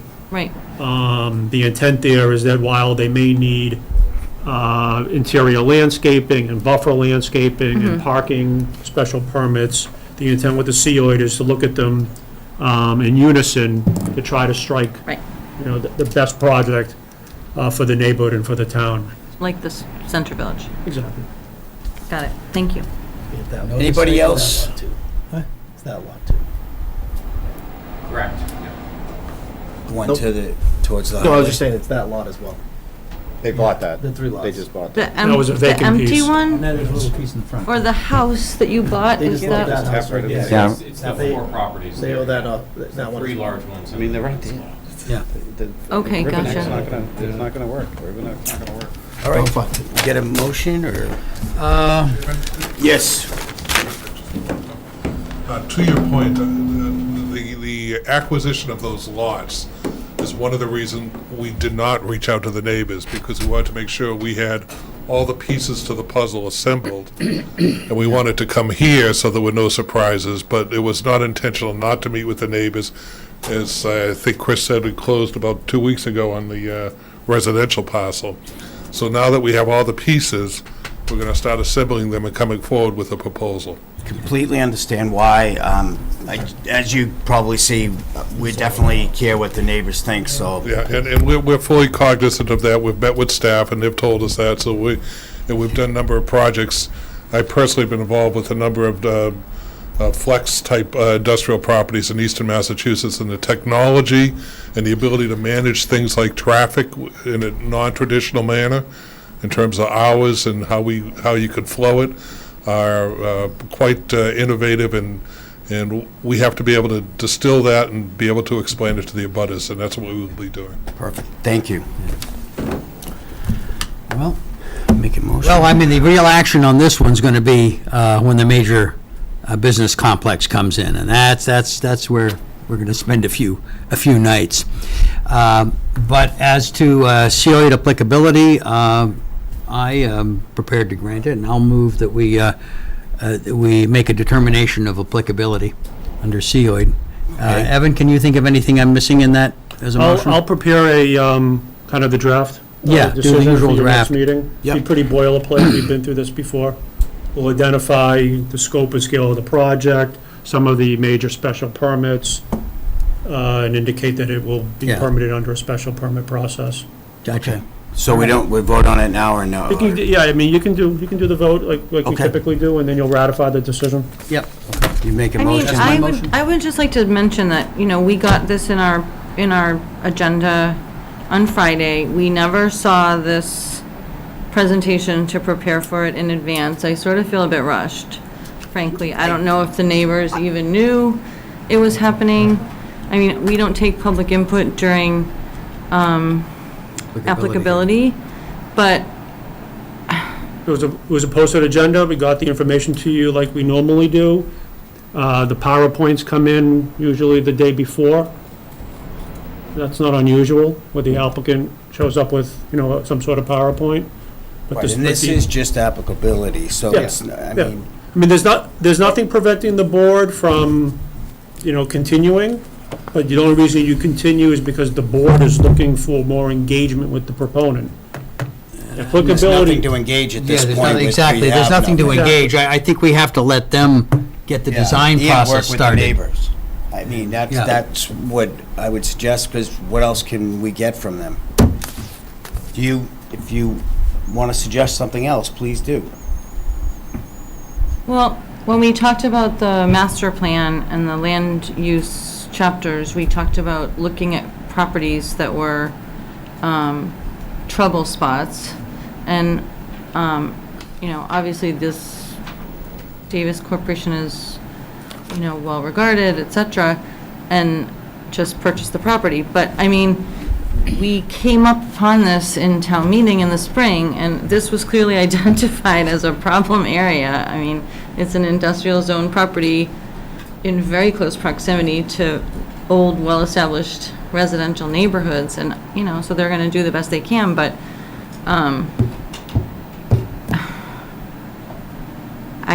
I get where you're coming from, and I think I was exactly the same, but and what the council has stated to us is applicability. And that's exactly what we're doing here. I know what you're talking, and I feel the same as like. That's the next step. Yeah. It's the next step. Any, Right, well, I guess I would say, I would have a strong word of caution, as recommended by council, that this project is very close to some well-established neighborhoods that, older houses that were there before this was industrial, and it's one thing to have a tech company with office workers coming in 9 to 5. Yep. It's a very different thing to have your street rattling with trucks going by all 24 hours. And so I'm personally gonna have a big problem with that. That's my caution. Yeah, and I think it's a fair caution. yeah, and I couldn't agree with you more. I think we all have concerns. We've included words of caution and other applicabilities. So, I mean, if, I'm only hearing it from one, but if the full No, board it's agrees with essentially it. true. I mean, we know what the that's- sore points are likely to be. That's pretty reasonable, right? I mean, if we it's a should 24-hour telegraph. trucking operation, I mean, it's fair and reasonable for the board to say, hey, we're gonna be particularly interested in. Not granting that That's special why permit. It could be, I've yeah. expressed it a Could couple of express it that times way. to work with the neighbors I mean, Right.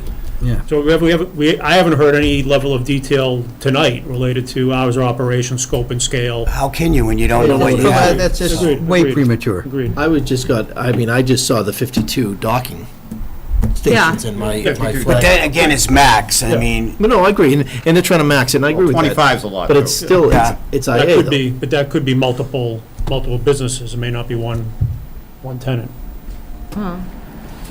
Being built all that way?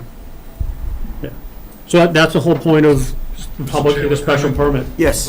We are very familiar with those issues and very cognizant, and we're going to have to address those. We're aware of that. And there's nothing that has been said tonight that we haven't thought about, talked about, and we'll be in a position as we go forward, hopefully with a user, that we can talk real specifics, but we're cognizant of all those issues, and we're bringing some talented professionals to address those, and hopefully we feel that we can satisfy not only your concerns, but the concerns of our neighbors. And there is an existing complex there. Someone is going to use it, and we feel that we can put together something that will be responsive to the community and also be profitable and a catalyst to moving Chelmsford along in the current technology. So it's up to us. It's our obligation to convince you. We're well aware of that. Yep. Thank you. Super. So we got a motion? We have a second. Second. Second. All in favor? I'll go around. Aye. Paul? Aye. Mike? Aye. Aye. Aye. I'm an aye. Aye with lots of caution. Aye with lots of caution. Is Erica? Aye with lots of caution, yeah. Evan, Erica? I think that's the answer. No, forget it. She doesn't vote on this one. All right, I think that's it. Thank you. Thank you. Hey, good luck. Do you want to go back to the two Mylars? Yes, Or do you- please. Or do you, okay. If we can, right? There's anyone here for it? We don't need them anyway. There's no one here for either of the two? I didn't know if you just wanted to jump right into Yeah. a new public hearing, or go back to the Mylars. Let's just get the Mylars out of the way. Yeah, let's do, so 10 Technology, Avery Products Corp. for You don't have to read any Okay, any of it. beautiful. Vote to, I believe we have a letter from Christina. Christina's on the call as well. So I think we have a clean letter from Christina on this one. There's likely a letter in the file. It's probably in this set here. Letters. Let's see what we got. This is Drum Hill, that's. If not, Christina, do you have, can you read it? Yes, I'm here on the call. I don't have the letter in front of me, but I do recommend endorsement of the Mylars. Yeah, okay. It's all No, we this need. is all 133. That's fine. Yeah, it's not in here. Okay. Go back. We just get a motion? Can you get a motion? I would move that we direct the chair to endorse the Mylars. Second? All second. All in favor? Aye. Aye. Okay, next up is going to be 330 Billrica Road, and vote to endorse the Mylars. I will move that we direct the chair to endorse the Mylars for 330. Billrica Road. We have anything on Just for the record, Christina did issue a memo on October I'm sorry, 12th. this is 133, yeah. That doesn't. Recommending endorsement. Okay, can we get a Yes, second? this is Christina Papadopoulos on the line as well. And yes, also I recommend endorsement of the Mylars for 330 Billrica Road as well. Thank you. Can we get a second? Well, Second. Second by Mike. All in favor? Aye. Aye. Aye. Aye. Unanimous. Okay. All right, all set. You want to take a break, or you want to go right to the new public hearing? Take a quick break, or you guys good? Oh, we're good. Let's go. All right, let's rock it out. So next up is 133 Princeton Street, new public hearing, site plan review. Okay, now, before we really get rolling here, why don't I read through the letters? The legal notice, the Chelmsford Planning Board will conduct a public hearing on Wednesday, October 13th, 2021 at 7:30 PM, well, close, in room 204 of the town offices, 50 Billrica Road, for an application submitted by Here we go. Clahan, is that how it's pronounced? Clahan LLC for property located at 133 Princeton Street. The proposed project consists of demolishing the existing structure and constructing a new 35,952 gross square foot retail liquor store with parking and associate site improvements. The site is located in the CB Commercial District and consists of approximately 1.3 acres as shown on the assessor's map. 19, Block 59, Lot 9. The applicant requests approval under Article 21, Community Enhancement and Investment Overlay District and associated special permits per Section 195-114 for reduced side yard setback and increased floor area ratio, Section 195-115A for reduced parking, Section 195-115C for location of parking, Section 195-116A for reduced landscaping, 195-82 for floodplain district, Section 195-55 for major business complex, 195-104 for site plan review, and any other relief that may be deemed necessary. A copy of the proposal is available in the Community Development Department in room LL01 of the town offices, 50 Billrica Road, Chelmsford, Mass., and may be viewed Monday through Thursday between 9 a.m. and 4 p.m. and Fridays from 9 a.m. to 1 p.m. All interested parties are invited to comment in writing or may present any relevant information for consideration at the public hearing on October 13th, 2021, per order Kim Shanahan. That's you. Okay.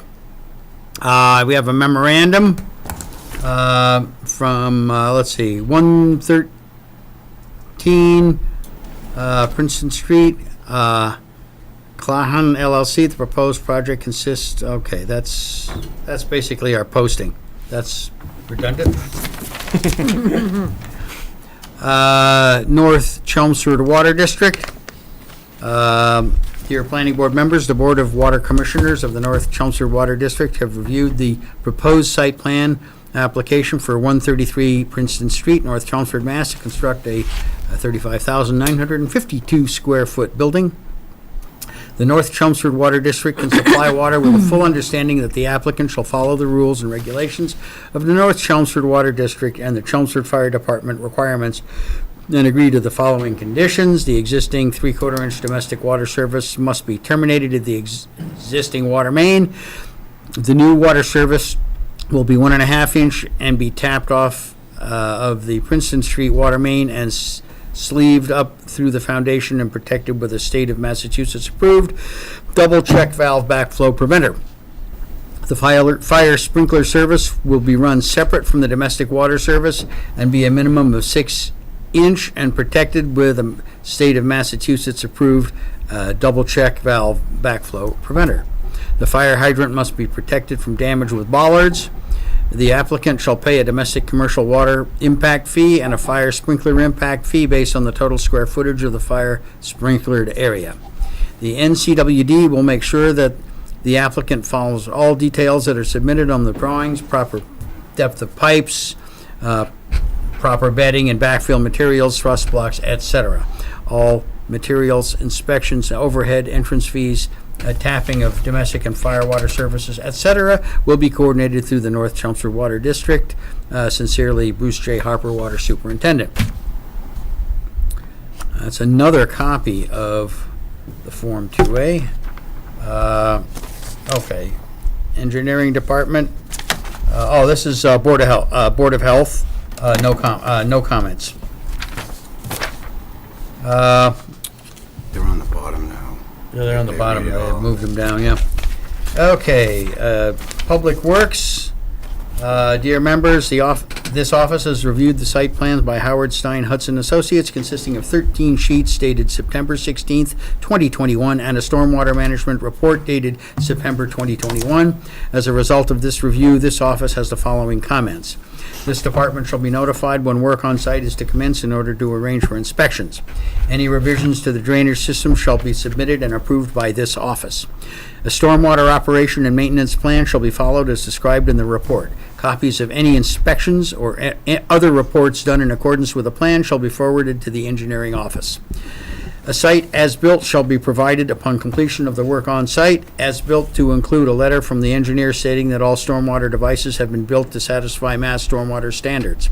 Provide all supporting documents and calculations. The as-built shall be from a ground survey and submitted in AutoCAD and paper form. Additional confirmatory soil testing shall be performed in the area of infiltration per stormwater management guidelines. Testing shall be witnessed by the Chelmsford DPW Engineering Division. All unsuitable material, if any, discovered in the excavation for the infiltration system shall be removed and disposed of in accordance with state and local regulations. This project provides an NPDES construction general permit, it requires an NPDES construction general permit. A final copy of the stormwater pollution prevention plan must be submitted to the town as well as filed with EPA prior to beginning any site work. A sewer moratorium imposed by the Chelmsford Department of Public Works that became effective on September 15th, 2020, does not apply to this project because the proposed use as a retail facility and warehouse will not increase the sewer flow compared to the previous use. Since the moratorium is not applicable, they are allowed to tie into the town's sewer system. The proposed sewer work will require permitting and applicable fees from the DPW Sewer Division for connection to the municipal sewer system. A road opening permit is required from the Chelmsford DPW Highway Division and the Massachusetts Department of Transportation for work within the Princeton Street right-of-way. Trench permits shall be filed as necessary per 520 CMR 14, Chapter 82A. The design engineer is in the process of completing design and drafting revisions to the plans according to the recommendations of this office. If you have any questions, please contact this office at 978-250-5228. Sincerely, Christina Papadopoulos, Town Engineer. Okay, Chelmsford Fire Department.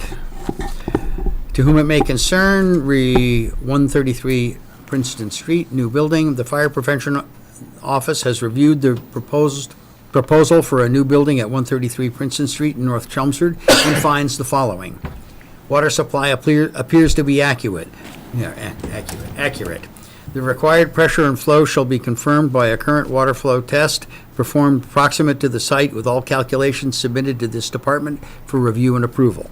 The applicant shall coordinate with the North Chelmsford Water District to arrange the flow test.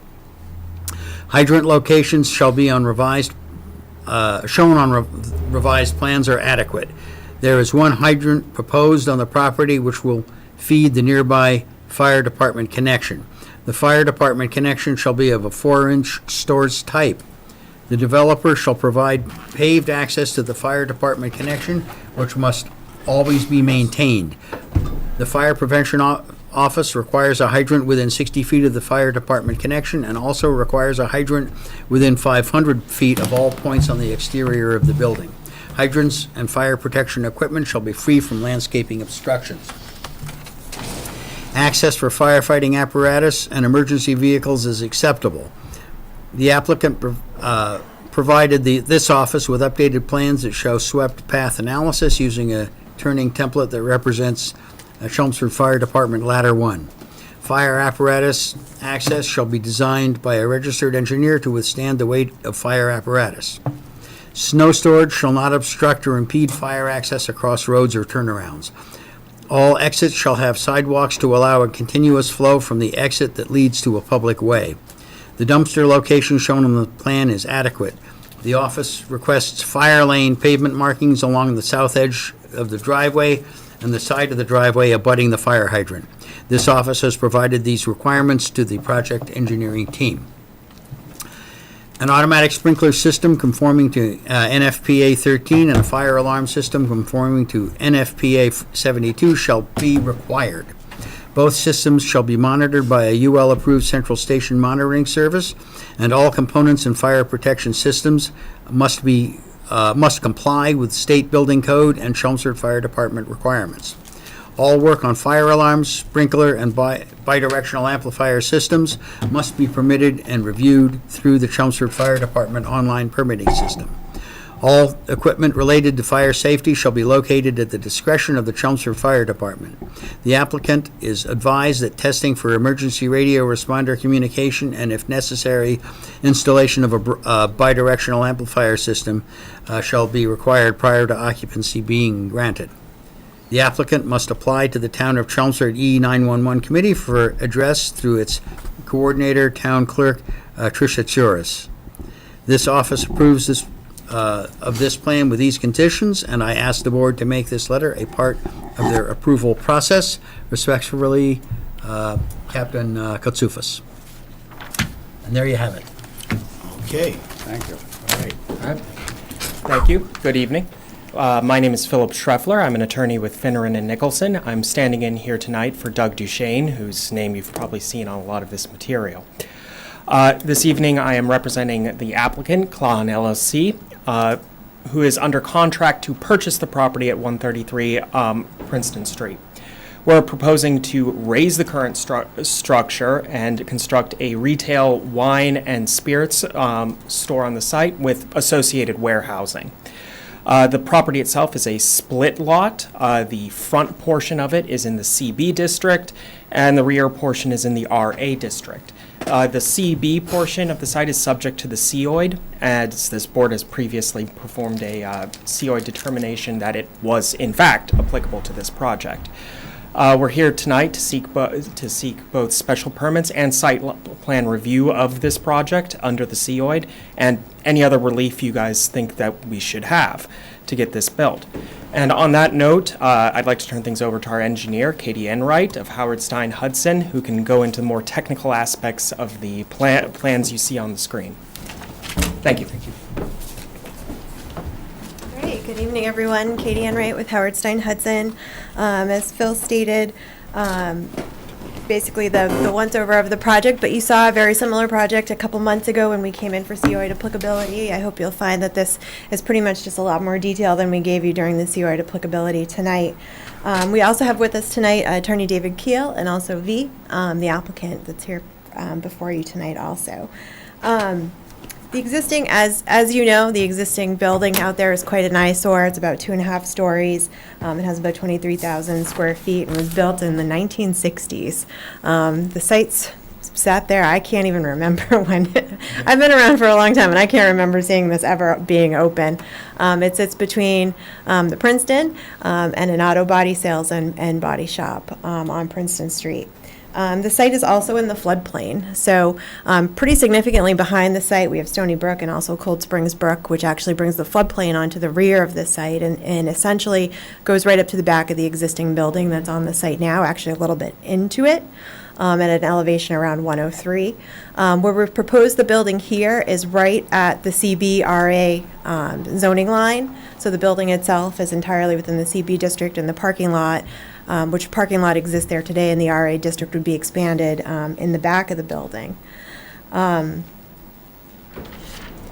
As Phil stated, the main floor of the building itself, so you would walk in out into the retail floor. So the retail floor is what you would see from the front door, and you would walk into the retail store. And the plans that you have before you tonight, and Jim Dzokas, the project architect, is on the call tonight also, is essentially the retail store. And then on the second floor is warehousing, so product warehousing, and then actually in the basement is also product warehousing. So the building itself is about 35,000 square feet, as we had said before, but essentially all the employees and the retail, the operation, the day-to-day operation is happening on that first floor level. The site itself needs special permits. We detailed each and every one of them under the COID. Some of them are applicable under COID, some of them are standalone within your bylaw. We have more than 20,000 square feet of gross floor area, so that triggers both a special permit under COID and also major business complex, so we've applied for both of those. In your COID bylaw, it allows certain dimensional standards by right, and then we have to ask for a special permit for the next column over in the COID dimensional standards chart, which is essentially COID by special permit. What we're asking for there is the side yard and the FAR. So side yard, the current building exists there today pretty much right at the property line, and we're proposing an 11-foot offset from the side property line. That's the property line to the north. And that requires a special permit. Special permit in the COID regs allow you to go to 10 feet, so we're showing it at 11 in that area. And again, it's further away than the existing building. We're also asking for an FAR for the floor area ratio. The floor area ratio for this building is 0.63. You're allowed to go to 0.67, I believe, by special permit within the COID. And the by right is 0.54. So that's because of the gross floor area, because we have 3 stories of the building, the warehouse counts, everything counts in this building towards the floor area ratio. We're also seeking a parking reduction, and we talked to you a little bit about this during the COID process, but essentially this is an operation that essentially is going to happen on that middle floor or the retail floor of this building. There's not going to be employees that are going to be staffing the warehousing. It's only going to be employees in the retail area. They'll go get product from the upstairs or downstairs, depending on what's necessary. So what we're proposing for parking is about 70%, and I do have to provide you with a new calculation, because we got the floor plans late into the process of the plans, so we don't actually need as many spaces as we thought during the COI process, and it's shown on the cover sheet. The cover sheet we showed required 87. We have 52 proposed on site. I believe, based on the retail layout, we'll only need 75 spaces for the project, and 52 is proposed. So we're looking for a 30 to 40% reduction, and that was spoken about during the COA process also. And that's based on our use of the project or our use of the property. So there's also spaces in front of the building, which the COA asks you to seek a waiver from or a special permit from also. Where this is a retail operation on Princeton Street, it needs to have that ability to pull off the road and run into the store, get your product, and leave. So we do have parking in front of the building. There's 16 spaces. The majority of the parking is at the back, but the 16 spaces will allow people on their way home to stop in, get their product, and leave. And the 16 spaces is adequate kind of just for like the regular everyday in and out. Certainly when holidays come, the day before Thanksgiving, day before Christmas, or other holidays, people will be parking out back, and we have provided a sidewalk along the north side of the building to get you from that back parking lot to the front store entry. So you'll be able to access that. We also have it lit with bollard-style lighting on that north side, so it's not super bright lighting, but people will be able to get from the back to the front of the building of the store from that back parking lot, and it will be lit. We're also asking for a landscape waiver. Essentially, the landscape along the frontage is supposed to be 10 feet. Where we're on a state highway, we proposed a sidewalk along Route 3A or Princeton Street there. Christina had said in her letter, in her technical letter, that she thought the sidewalk might be better served with payment in lieu that maybe could go towards Vinyl Square. That's going to depend on some conversations we have with MassDOT, because they've been typically requiring us to put sidewalks in regardless of connections when we do a curb cut permit. So we'll have to work with them and work with Christina to find out what we'll be allowed to do. We're certainly open to adding more landscaping along the frontage instead of the sidewalk, but if MassDOT requires the sidewalk, we'll need to accomplish that along the frontage. So right now, we have 8 feet with a 5-foot walk, and that's essentially to get that front parking in, and that area is essentially paved today. We're also in the floodplain district because we're in the floodplain. So that's also another special permit that we've asked for because the project is within the floodplain district. What we're providing you with is a cut fill analysis that shows the foot-by-foot cut fill calculations that show we're not increasing flooding off-site, that we're basically meeting that from foot elevation to foot elevation. We are proposing a notice of intent to the Conservation Commission also. Even though we're not within buffer zones, we are within a resource area being within the floodplain, so they will need to approve a notice of intent for our project to move forward. So we're preparing those applications now. And again, we're also a major business complex because of the 20,000 square feet. Since we were here last, we've done a pretty extensive drainage design on the site that Christina's reviewed. We've done some soil testing in the back area off the edge of pavement.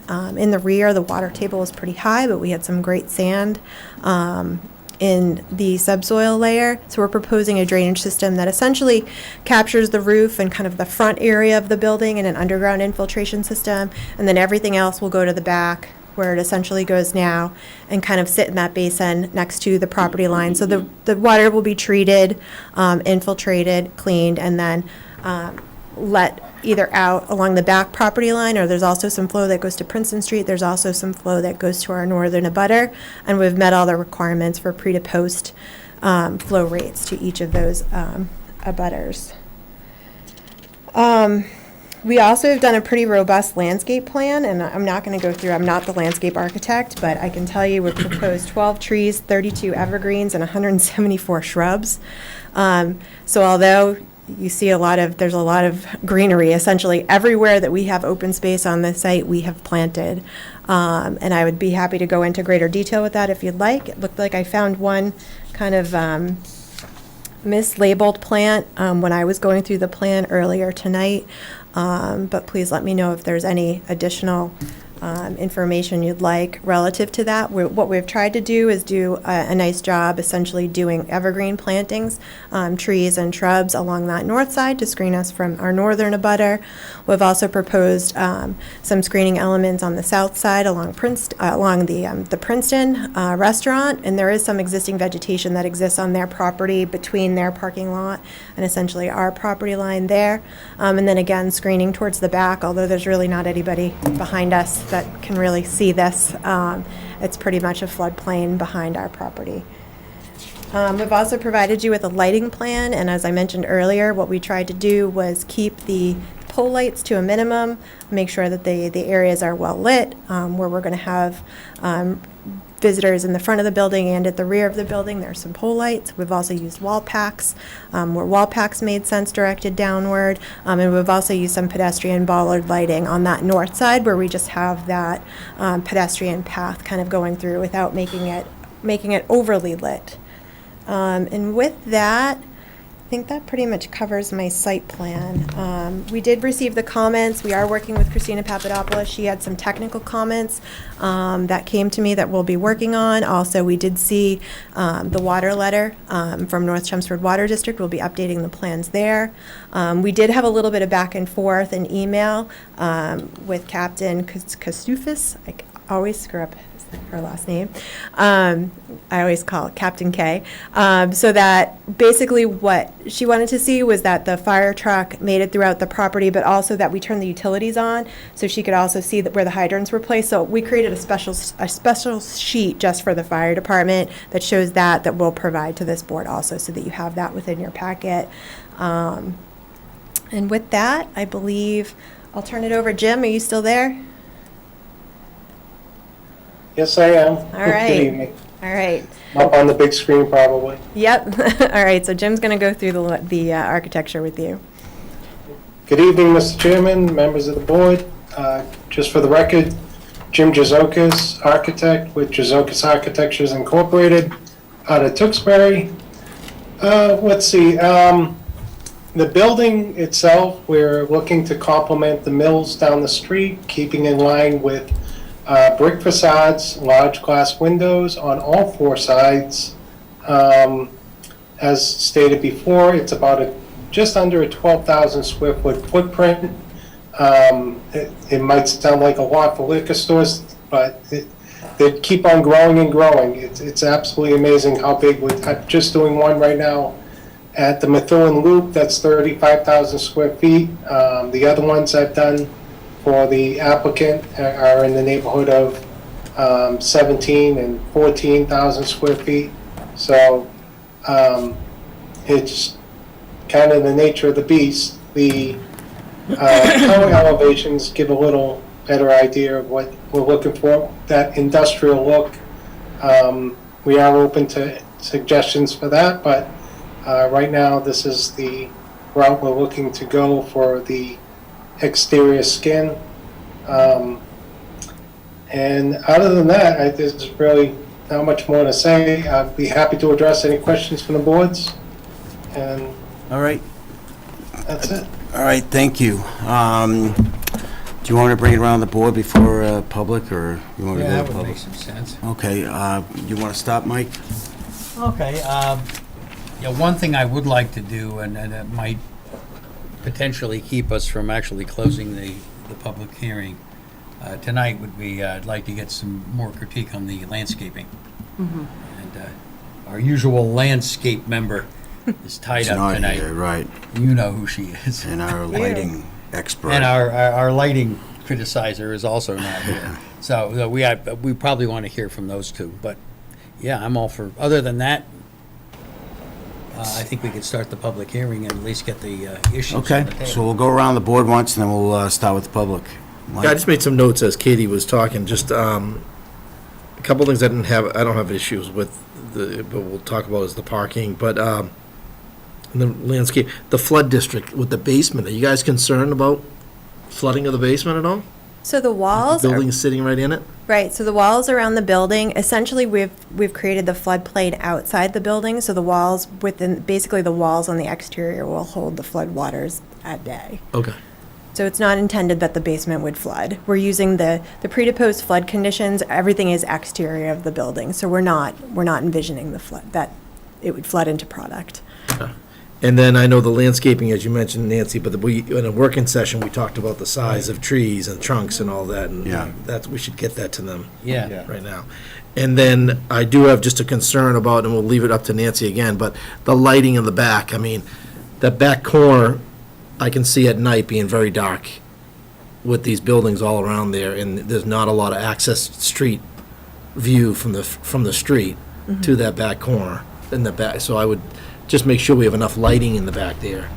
Absolutely, and any that drawing provides you with all the lumens, so you can kind of look. We actually struggled with lighting because it's a pretty small area, and we wanted to make sure to use screens to make sure it didn't kind of go out onto the neighbors' properties either. So it's very concentrated in that back parking lot. I'm just looking down the back here, that section there where. There's no real neighbors. There's no view from the front. I can see late at night. You know what I mean? That's a very secluded area. That's the thing. Okay, yeah, we can look at placement of the light but pole I mean, back there. I see the numbers here now on the lighting, the lumens. So that's all I have. Paul? Nothing. I it's like a broken record, but I know you did allude to talking to the neighbors, but I didn't catch. No, we didn't speak to the neighbors on this property. No. Well, we'll be hearing from We know who the neighbors are to the north and the south, but we have not spoken to the neighbors. Industrial or commercial. Why not? Honestly, because what we think we're doing is significantly better than what's there today. Well, that's for sure the case. That's for sure the case, but I still think it's always a good idea to talk to your neighbors. No, we have not reached out to the neighbors. Okay, and what about to the Vinyl Square Committee? No, we have not reached out to the Vinyl Square Committee. They're aware of it. I'm the liaison to that, so we've made them aware of this. I didn't make them aware of tonight's meeting. Did you? I did. You I provided the link. Okay, good. For the agenda. They may be on. We have a meeting tomorrow night. And I think based off of Christina's comment regarding this sidewalk. You'll update them accordingly. We'll update and we'll see what they got. Yeah, we're always happy to go to the Vinyl Square Committee too. If they want to see us in person for a presentation, we could provide them with one if there's any concerns. We'll propose that tomorrow night. Sure. Thank you. And, we had talked before about, at one of our work sessions about the landscaping and about maybe asking projects to have a landscape architect as part of the project and, to do low-impact development in keeping with the effort to reduce stormwater drainage runoff. I don't know in what way or when we want to start doing that. We have a registered landscape architect that does all of our landscape plans. Okay. Per the regulations. So if the regulations are changed, I'd be happy to send them to him or her and. Well, we're working update on them. something, and I think Evan can probably share it with you where we're at, or, what we've been discussing. Yeah, I think the real question is whether this site could accommodate any low-impact development, soft engineering, landscaping. There's certain sites that can, certain sites that can't. So, I'm not sure this is a good candidate, just based Well, your upon bylaw already calls for xeriscaping, which is low maintenance, low watering plants. That's all that your bylaw calls for as far as low impact development. We are looking at doing recharge and an infiltration basin at the rear of the property, and we're doing significant structural recharge under the front parking lot to provide for in excess of the requirement for So this is pretty recharge. traditional. What we have here today? Yeah. Yeah, for a redevelopment project, Yeah, it's so- pretty traditional. So just to close the loop, Christina's zoning articles are going to Monday's town meeting. Right. And then the second step after town meeting will be for the planning board, will advertise a hearing to revise your rules and regs. Mm-hmm. At that point, we'll get the word out and they'll become effective. Mm-hmm. So I think as Katie's indicating right now, those are the process of being adopted. But we had talked about suggesting. Yeah. Well, we always Which is look what to you're doing. suggest If you have a it. suggestion, now's the Yeah. time. And That's why I asked. Some sites, swales and rain gardens just aren't appropriate for soils or, It's a special permit, right? Yeah, and maybe that's the case here, I'm not sure. Anything else, Deidre? Nope, I think that's it. I guess I just wanted to follow up on the sidewalks. Is there sidewalks across the street? I'm trying to picture that. I think there is. They make No, it's you pretty put that little steep on tiny the other side of the sidewalk. street. Why? Make you put that in once The they state cut. usually yeah. does. Why would we not want a sidewalk? I would think we would, because eventually all development Well, I down do that see area one will if you be look Over at the bridge, there pictures. must be a Yeah, sidewalk. there going is. over the Bridge there bridge. is, yeah. Just, The side of the bridge, there's a sidewalk, and on the opposite side of 133, there's a sidewalk, but there's no sidewalk all the way up, That's right. all the way up to Richardson I drove Road. by there in my tractor So all the time. what Katie's referring to is, past boards have said, well, if there's no sidewalk network, we'd rather have the landscaping for the streetscape improvement. There is a sidewalk, though. I'm looking at it, on both sides of the bridge, on both sides of the street. so the bridge was done, right, the bridge is new and they're No, required. even in front of the house that's next to it. Yep, and so the bridge would be required to do it too, and there is some on the other side, but it's further up, I believe. Across the street. Yeah, right there, and if you go down further, there is. I mean, I would like to see a sidewalk. Yeah, I mean, as if Katie's it- mentioned, MassDOT's really gonna dictate that. Okay, And most likely they're gonna require and so we'll it, deal with so- that as it comes then. Yeah, I mean, if the board's preference building, something like is that. to have more landscaping as opposed to sidewalk, you can let Katie know, and she can tell MassDOT it's the town's preference. Yeah, I would, I mean, my opinion, obviously, there's a sidewalk there. I would like Oh, to there see it is one. continue Yeah, versus, look at that. right, than not, as you just seen there. Yep. I Colin. think, Mike, what you said about the lighting, so if you park out back, you're gonna walk up on the the left side where side the of the car building. dealership is, Yep. walk up that way, and that'll all be lit up. That's correct. And then, okay, so they wouldn't walk up on the other side, obviously, because there's no sidewalk there, and then to Loading get to dock. the front of the building, you're gonna have to walk all the way around, right? If you did come in from the backside. If you came in from the backside, right, have you'd to walk up the around. side of the building to the There's no front front sidewalk door. in front of the building. There is a front sidewalk in front of the There building is, also, okay. yep, for the cars that are Alright. parked along the front. I don't think I saw it on there. Other than that, I think the building looks nice. It is a big difference. Oh, yeah. I mean, I think it's gonna really change that area, and, so I think it's a great building so far, so. Three quick. Yeah. I think I had asked you via email, you mentioned warehousing, but there's no distribution. All the No. product that's on site stays on site. That's Okay. correct. Events, are you planning on doing any large-scale Wedding. wine tasting, anything like that, that would generate kind of like events? It would be a natural progression. We don't know. It's such a Yeah. David Thank Keel on behalf of the, first off, I thank you for your time tonight, and one of the things I did want to point out to you is V is actually a Chelmsford resident, and he lives in North Chelmsford, so not only is he a neighbor, he's part of this community. So we're thrilled that we can enhance this particular property, but with respect to your question, the project in and of itself right now is, it's so monumental from the point of view of, getting rid of it and moving it. There could be an evolution to that, but we just haven't got that far yet. So the only reason I was asking is that, I think as you mentioned, this size liquor store is new to Chelmsford. So I'm trying to get a feel for, I think you said 12,000 square feet of retail space, but events, I don't know if events, I'm assuming events will be part of your select board ABC licensing Oh, process? absolutely, absolutely, yeah. And then back to Katie, on DEP, do you have any initial indication that the floodplain is going to be pretty straightforward with them? Yeah, no, I don't, because we haven't submitted with them yet, but this is very different than the other project you're Okay. referring to, because we're actually not on the edge of the Oh, so you're- river, we're not in the, right, we're not in a floodway, we're at the very edge Yep. of a floodplain associated with a resource area that's very far away from us, so. Okay, that's all I had. Thank you, Evan. All right, we'll open up the public hearing. Is there anyone from the public online, or, go ahead, sir. What are you doing tonight? Thank you. No, I just want to tell you about that. I like the building. I live at 122 Princeton Street, been there since '94. And every morning I get up and look at this building. It's a What was nice your name, floor.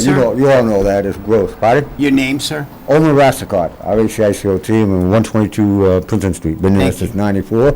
Paid off my mortgage in 2014. So, I've been when I first moved there, I did a walk about in that building, and The outside interior wall, they're all demolished. I don't know if they patch them up to a northeast transmission. The buildings are a total disaster. This year alone, I killed 2 rats coming in my yard. So I don't know if they're coming from that building or what. But I'm getting skunks, I'm getting possums, and it's just like a terrible building, and and looking at the plot plan and this building over here, it's just gonna be a hell of an improvement, I'm 73 years old. I'd like to see something good over there instead of what I'm looking at now, you know what I'm saying? And plus, the revenue you're gonna make from this new building is gonna help the city of Chelmsford, which I consider myself a Chelmsford resident because I've been here since '94. So, I'm hoping you guys go with these people because, this is a beautiful building, no matter which way you look at it. Yeah. And I think hemlock would be good on the side of the north side. Hemlock would be a great thing, hemlocks get big and nice and like. But that's all I gotta say, it's a great plan, I don't know these people. I looked at the pictures of the building, and it's really great, it's better than that. Everybody goes by there, you walk back there, it's a horror show.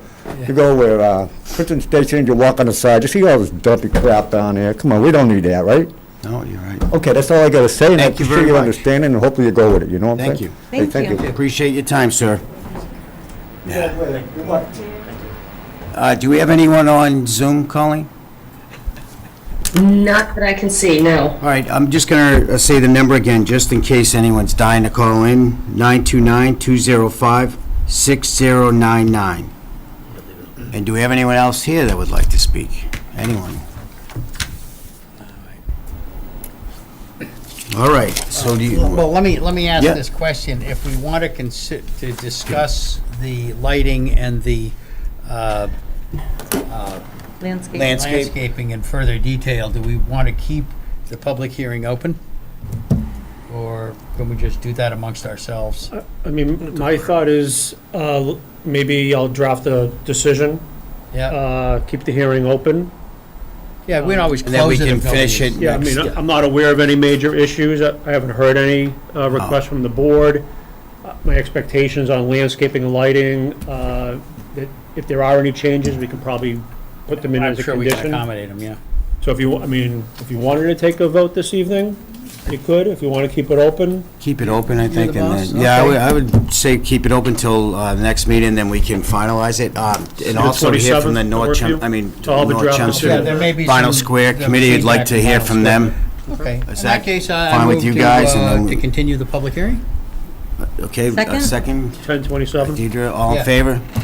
Aye. Aye. And I hope we can wrap it up then. Yeah, that sounds great to as if me. we can wrap it up at that point. Looks like a great project. Thank you. Yeah.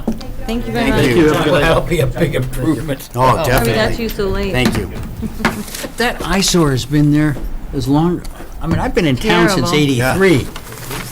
Do we need a motion? Yeah, you can Motion have to one unless you adjourn? want to make the motion. Second by? Make a motion. Hold on, you guys didn't do the plans. We did the A&R, the endorsements. Yes, we did, yes. We already did it. Already on top of that. I just need Tim to sign them. All right, thank you very much. We all join? Beautiful. Adjourned. Adjourned.